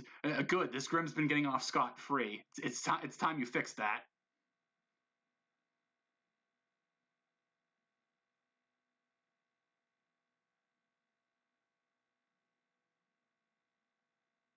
Ooh, all right, nice.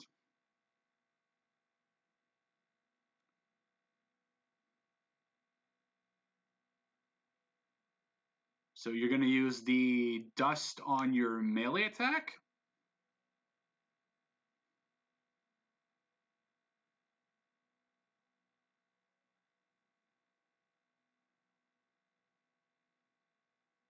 Alrighty. Well, give me that melee accuracy roll.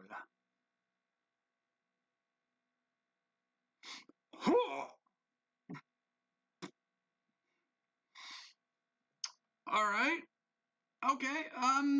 Roll me the 2d6 plus your strength, please.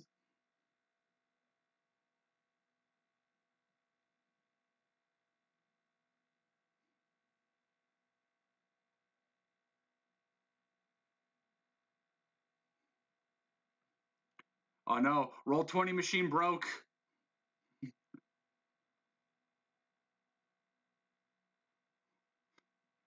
Peter goes full Kenshiro and just destroys it.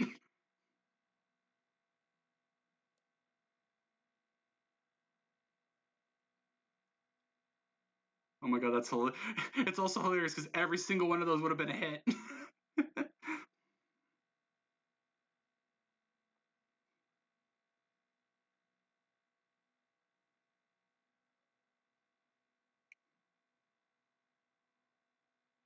Yeah, it's no problem. Alright, so 2d6 plus your strength. Let's see this damage. Let's see this juicy damage. Pretty good. Alrighty, so minus 9. This thing takes a slug from you. All right, your dust. All right, so knocked 10 feet back. Get out of here. All right, and that is your turn.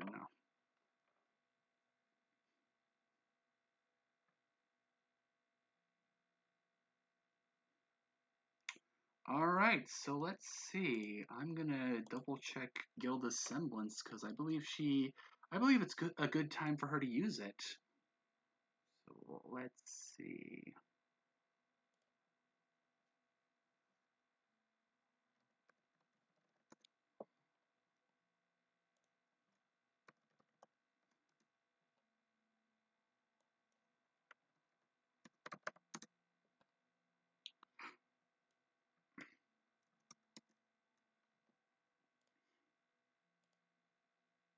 All right. Okay, yeah, so that's going to be her strength plus her perception. All right, so Gilda is going to go for a semblance roll, and let's see if she can clear this.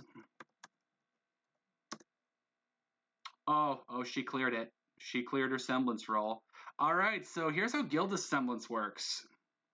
Every 3 points of damage she takes, if she uses her semblance, she can add a d6 to her damage.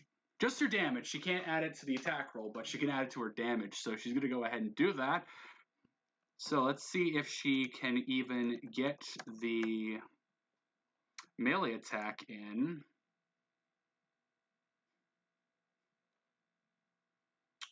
Okay, so her melee accuracy is... Oh, yeah. Oh, boy. Oh, dear. Oh, this thing is so gonna die. Okay, let's see this. So, she gets the bonus and her semblance, so that's a 3d6 plus her strength of 4, I believe. Yes. All right. How bad is this going to be? Ooh, pretty bad. Oh, this thing's not having a good day.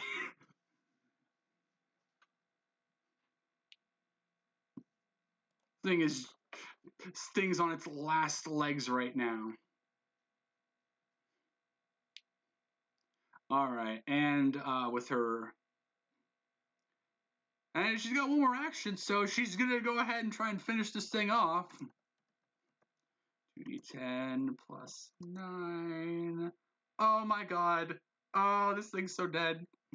Alright, she already spent her extra d6, so she's only getting a 2d6 on this one. Not that it matters, because this thing's dead.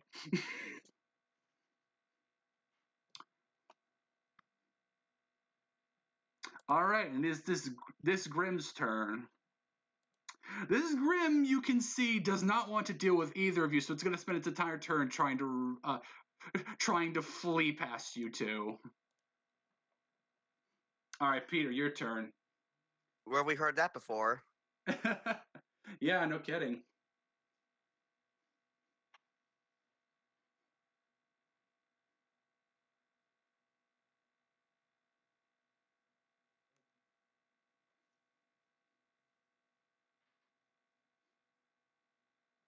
All right, give me your idea.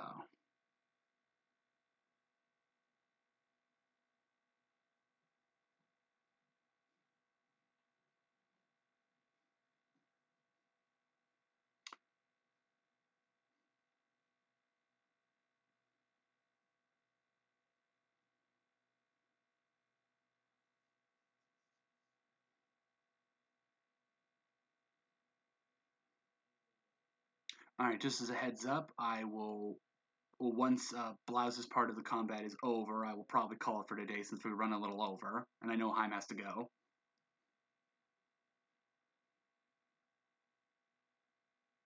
I mean, we could do a quick finishing up, or is there more to this bit?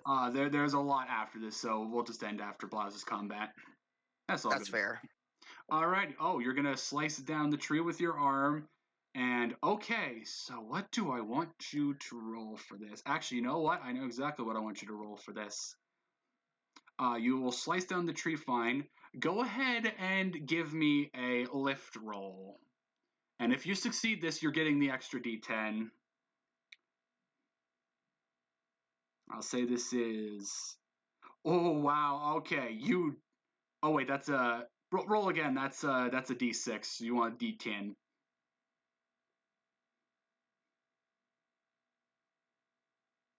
That's all good. All right. Let's see. Oh yeah. Okay, yeah. That is flawless. All right. So you have the tree. So what are you gonna do with it? Since it's a D10 I gave you, you'll get it your next turn. But for right now, what do you want to do with the tree? Throw it at him?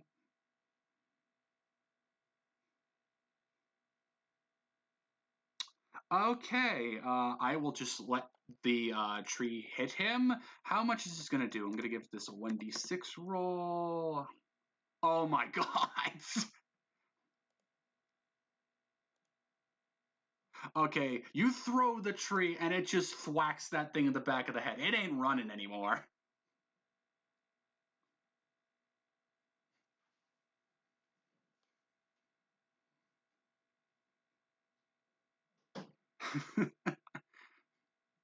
Gilda actually chuckles. She's actually very impressed with this right now. All right, so I believe you have one more action. So what do you want to do?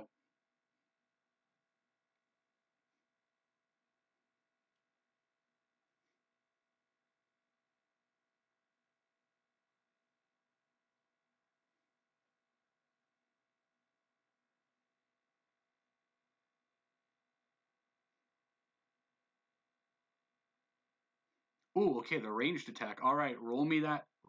Roll me that 2d10 plus your ranged accuracy, which I think that's actually a 0 for you. So just roll me a flat 2d10 then.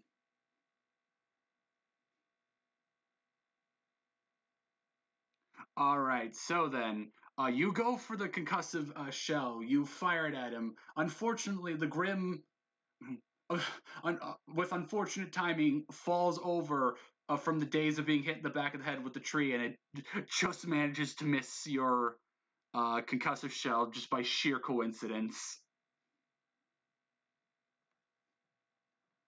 All right, so now it is Gilda's turn.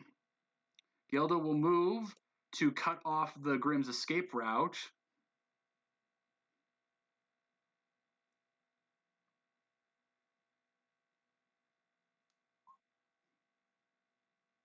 That's all good. All right, so Gilda's gonna go ahead. You give you a nod because still impressed over the whole treat. Wait, huh? Oh, it is.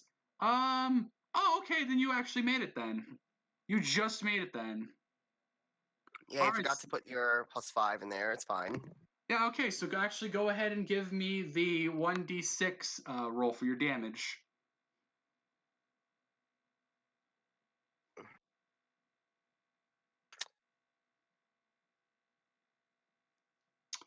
Well, you at least hit it, and it's already dazed from you throwing the tree at it, so it's like you're just making sure. It's like concuss it.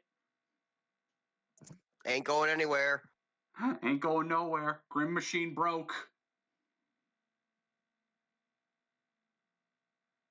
Alright. All right, now it is Gilda's turn. All right, she spends one of her actions to cut off the Grim's escape route.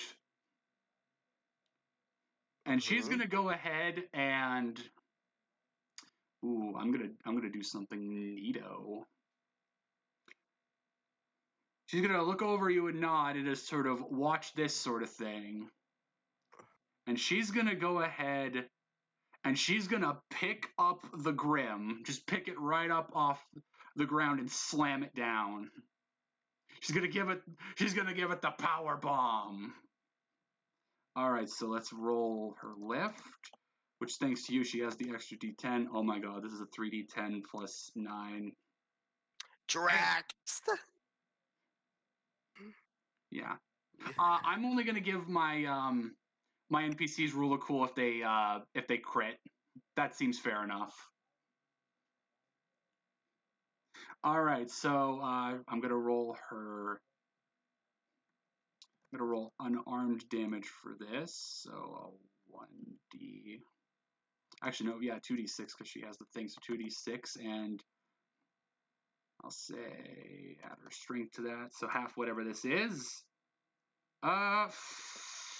All right, so this thing takes 5 damage. It's not looking too good. And with her last action, Gilda's going to take a swing at its head with her bats. So then, 3d10 plus her.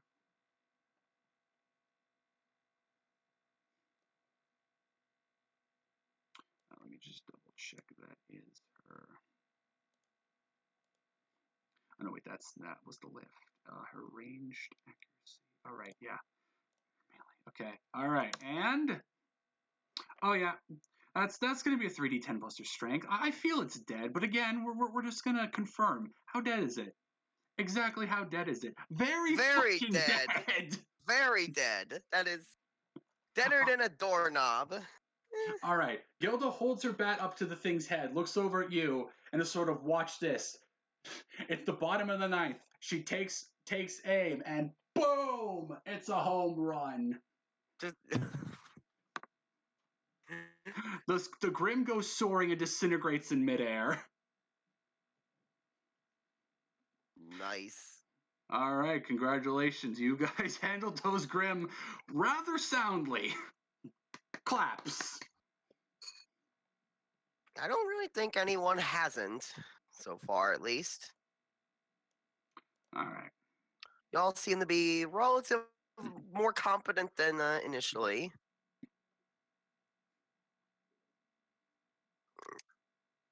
Gilda will nod to Peter and actually hold her fist out.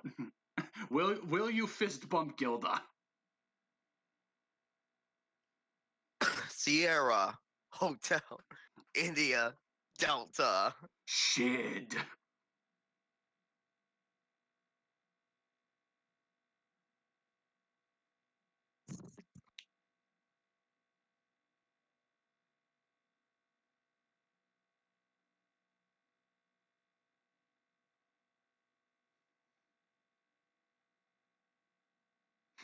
Yeah. Peter and Gilda are gonna be the best of friends. Gonna be good friends. You know, after we figure out who Blauze's guy is after his bit, I want to see what the other pairings are. Just Yeah, once I give Blauze his, I will tell you what the other ones are. All right, so moving over to Mr. Cid. Go ahead and give me a reflex. Let's see how well you stick this landing. Do a barrel roll. Oh, you sly motherfucker. Alrighty, yes. So, yeah, you aim for a tree and you land flawlessly, and you strike a pose. You're like, yeah. That was beautiful. All right, and at the bottom of the tree, you take a look. Hang on a second. You take a look. It's in a book. You see at the bottom of the tree Marvin, and he just looks up at you. It's like, nice one.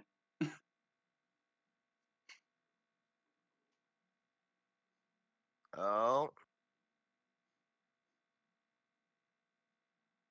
No, actually, it's Marvin. And he just complimented you for sticking the landing on that tree.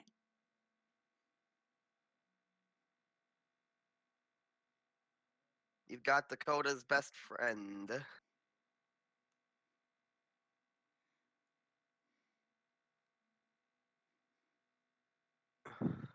God damn Marvin Gaye. All right. Your exchange is short as you hear growling around you. Marvin gives you a quick nod. It's just like, hey, you mind spotting me?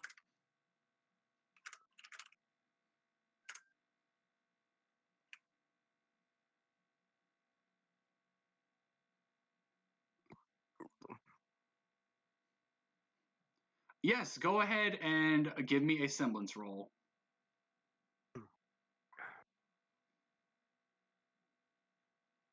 All right. You send your semblance out around and you can sense that there are two Grim nearby.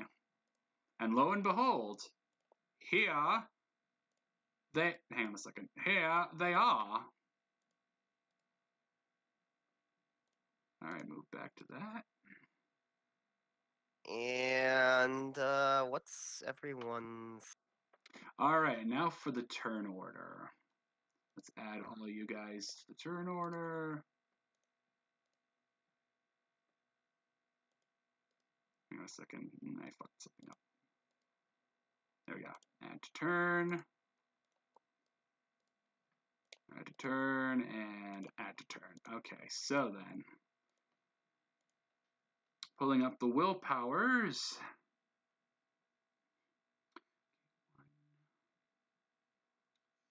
All right.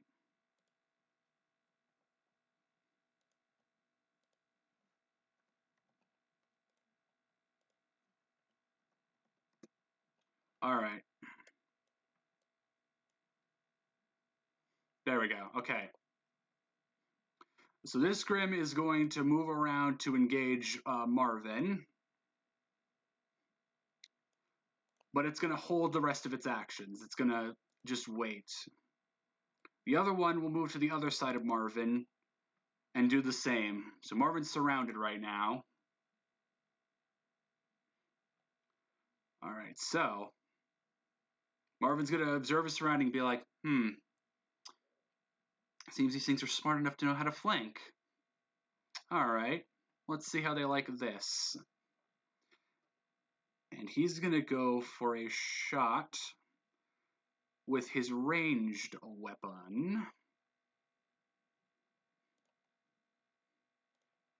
Let me just, his ranged weapon was, I believe.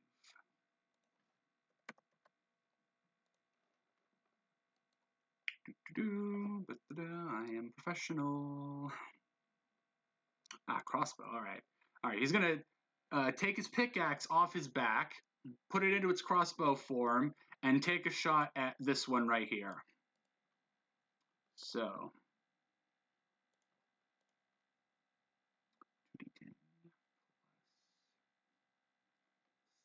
All right.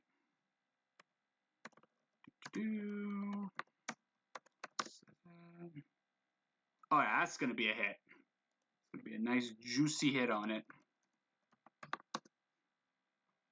Ooh, nice 3 damage. So Marvin takes aim with his crossbow, aims at its arm, and gets a good hit on it. And he's gonna give her another try. Try and get another shot in on this thing. And he will get it. Ooh, nice. So Marvin did a fair number on this thing, and he's actually going to quickly retreat to one of the trees for cover and hold his action. Now it's Cid's turn.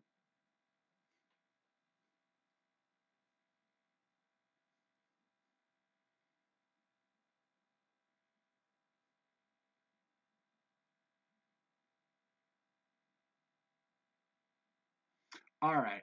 I'm going to shoot twice at the one that's already injured. Got it. All right. Let's see. Will the first one hit? Yes, it will. All right. Roll the damage on that one.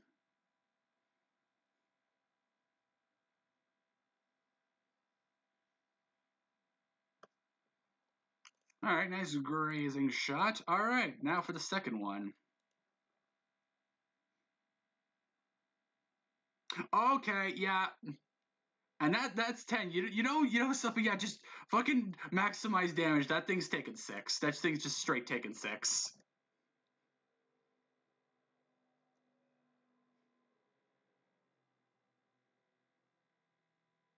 Wait a minute. You beat it by 5, but you also beat it by 10. You only get one of them, or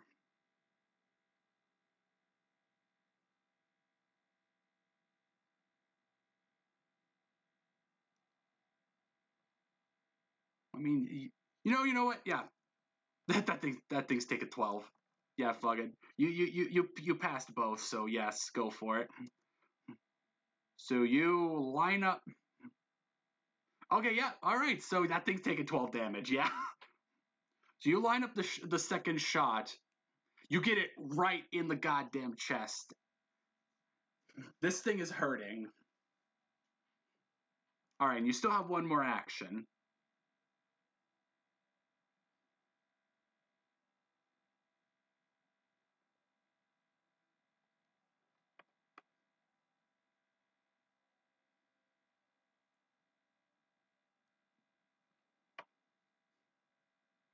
All right. So next up is this one. This one is going to move and take a swipe at Marvin, who is in the bushes right now. So Marvin is going to go ahead and roll himself a quick dodge. Agility, perception.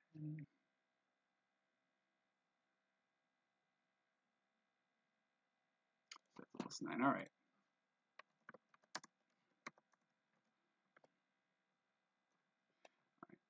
Just double check I didn't fuck that up. Yeah, no, okay, cool. All right, will he dodge it? Ooh, no, he's just barely gonna get hit by this. So 1 point to his aura. All right, that's that thing's turn.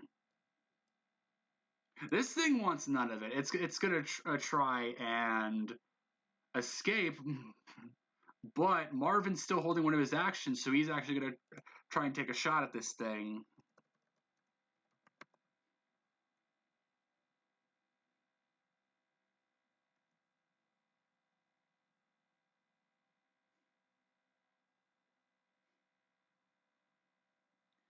All right, so let's see. +7. Oof, unfortunately, he will not make the shot. The Grim striking him threw him off, so he's not able to get it. The thing will continue running. However, it is Marvin's turn again. And he's actually going to go ahead and spend 2 of his actions to move a good distance, and he's going to take a shot at the Grim that's still fully healed up. So let's see if he lands it. Yes, he will. Alrighty. And he's going to get a good hit on this thing. All right, and with that, it's Cid's turn again.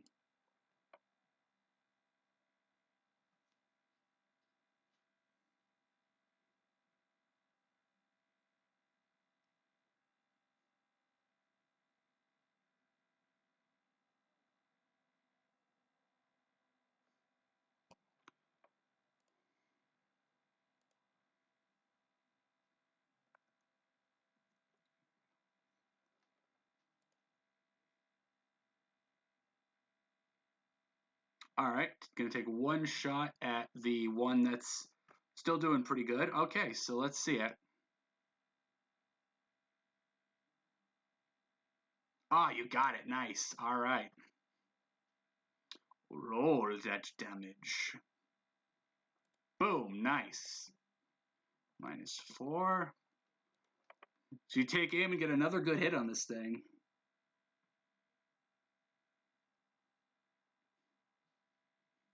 It just works. All right. Give me another ranged accuracy. All right. Roll me a 2d6.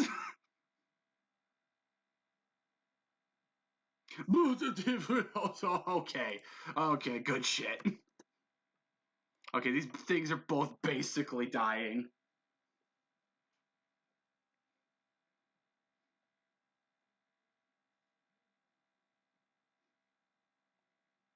These things are like, no.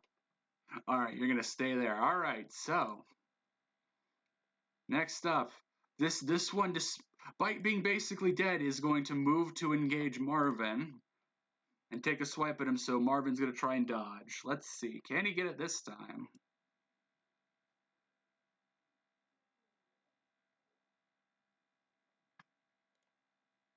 Find out next time on Dragon Ball Z. 10 plus 9. Nope. This thing reads his dodge and is able to get a hit on him.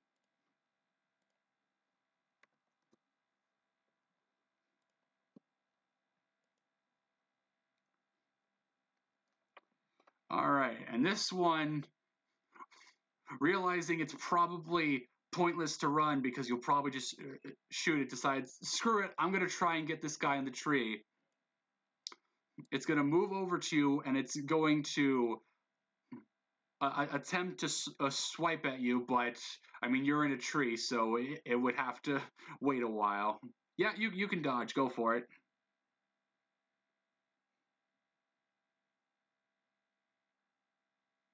Oh yeah, yeah, you dodge. You dodged it. Good shit. And that's that thing's turn. All right. Yeah, just hop on the branch. All right. Marvin's going to get a little distance between him and this Beowulf, and he is going to go for the shot on it. Plus 10.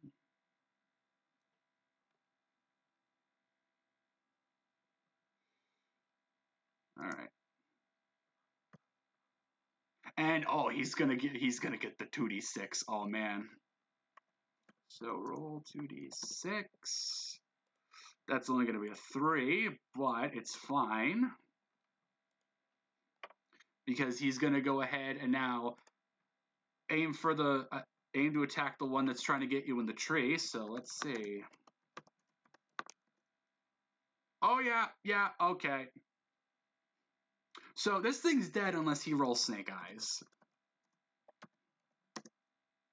That's not snake eyes, it's dead. All right. So now it's Cid's turn. Ooh, okay, something special. Let's see what you're gonna do. I'll use, ooh, a dust-infused semblance. All right.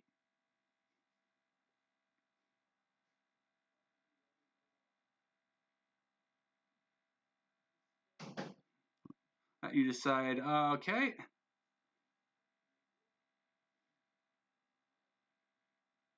Well, let's see. What are you gonna do with it? Then I will decide how much.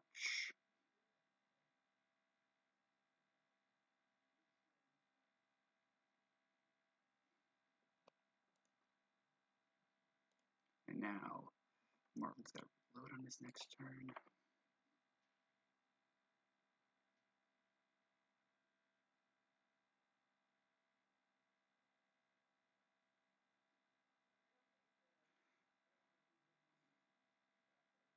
Ooh, okay. I'll say it's not a big grim. I'll say that's only going to cost you 2 capacity.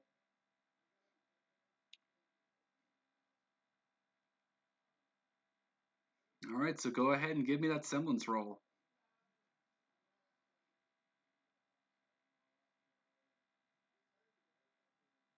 Okay, so thankfully, because this thing is basically crippled, it doesn't really put up much resistance. So this thing is basically spinning around helpless now. So now what do you want to do?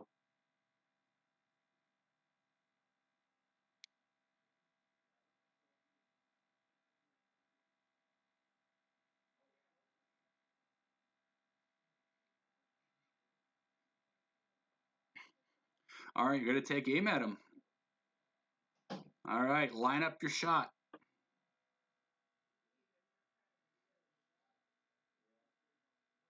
All right, you got it. That's a good hit. Okay, so roll me that 1d6. And congratulations, this thing is dead. Everybody's dead. Oh man. One thing I will one thing to may or may not rejoice in is that none of the player characters got paired with Clover. Okay, all right. Well, that was. I fear for the poor sap who is. Marvin will look up at you in the tree and nod and be like, "Nice shooting, man."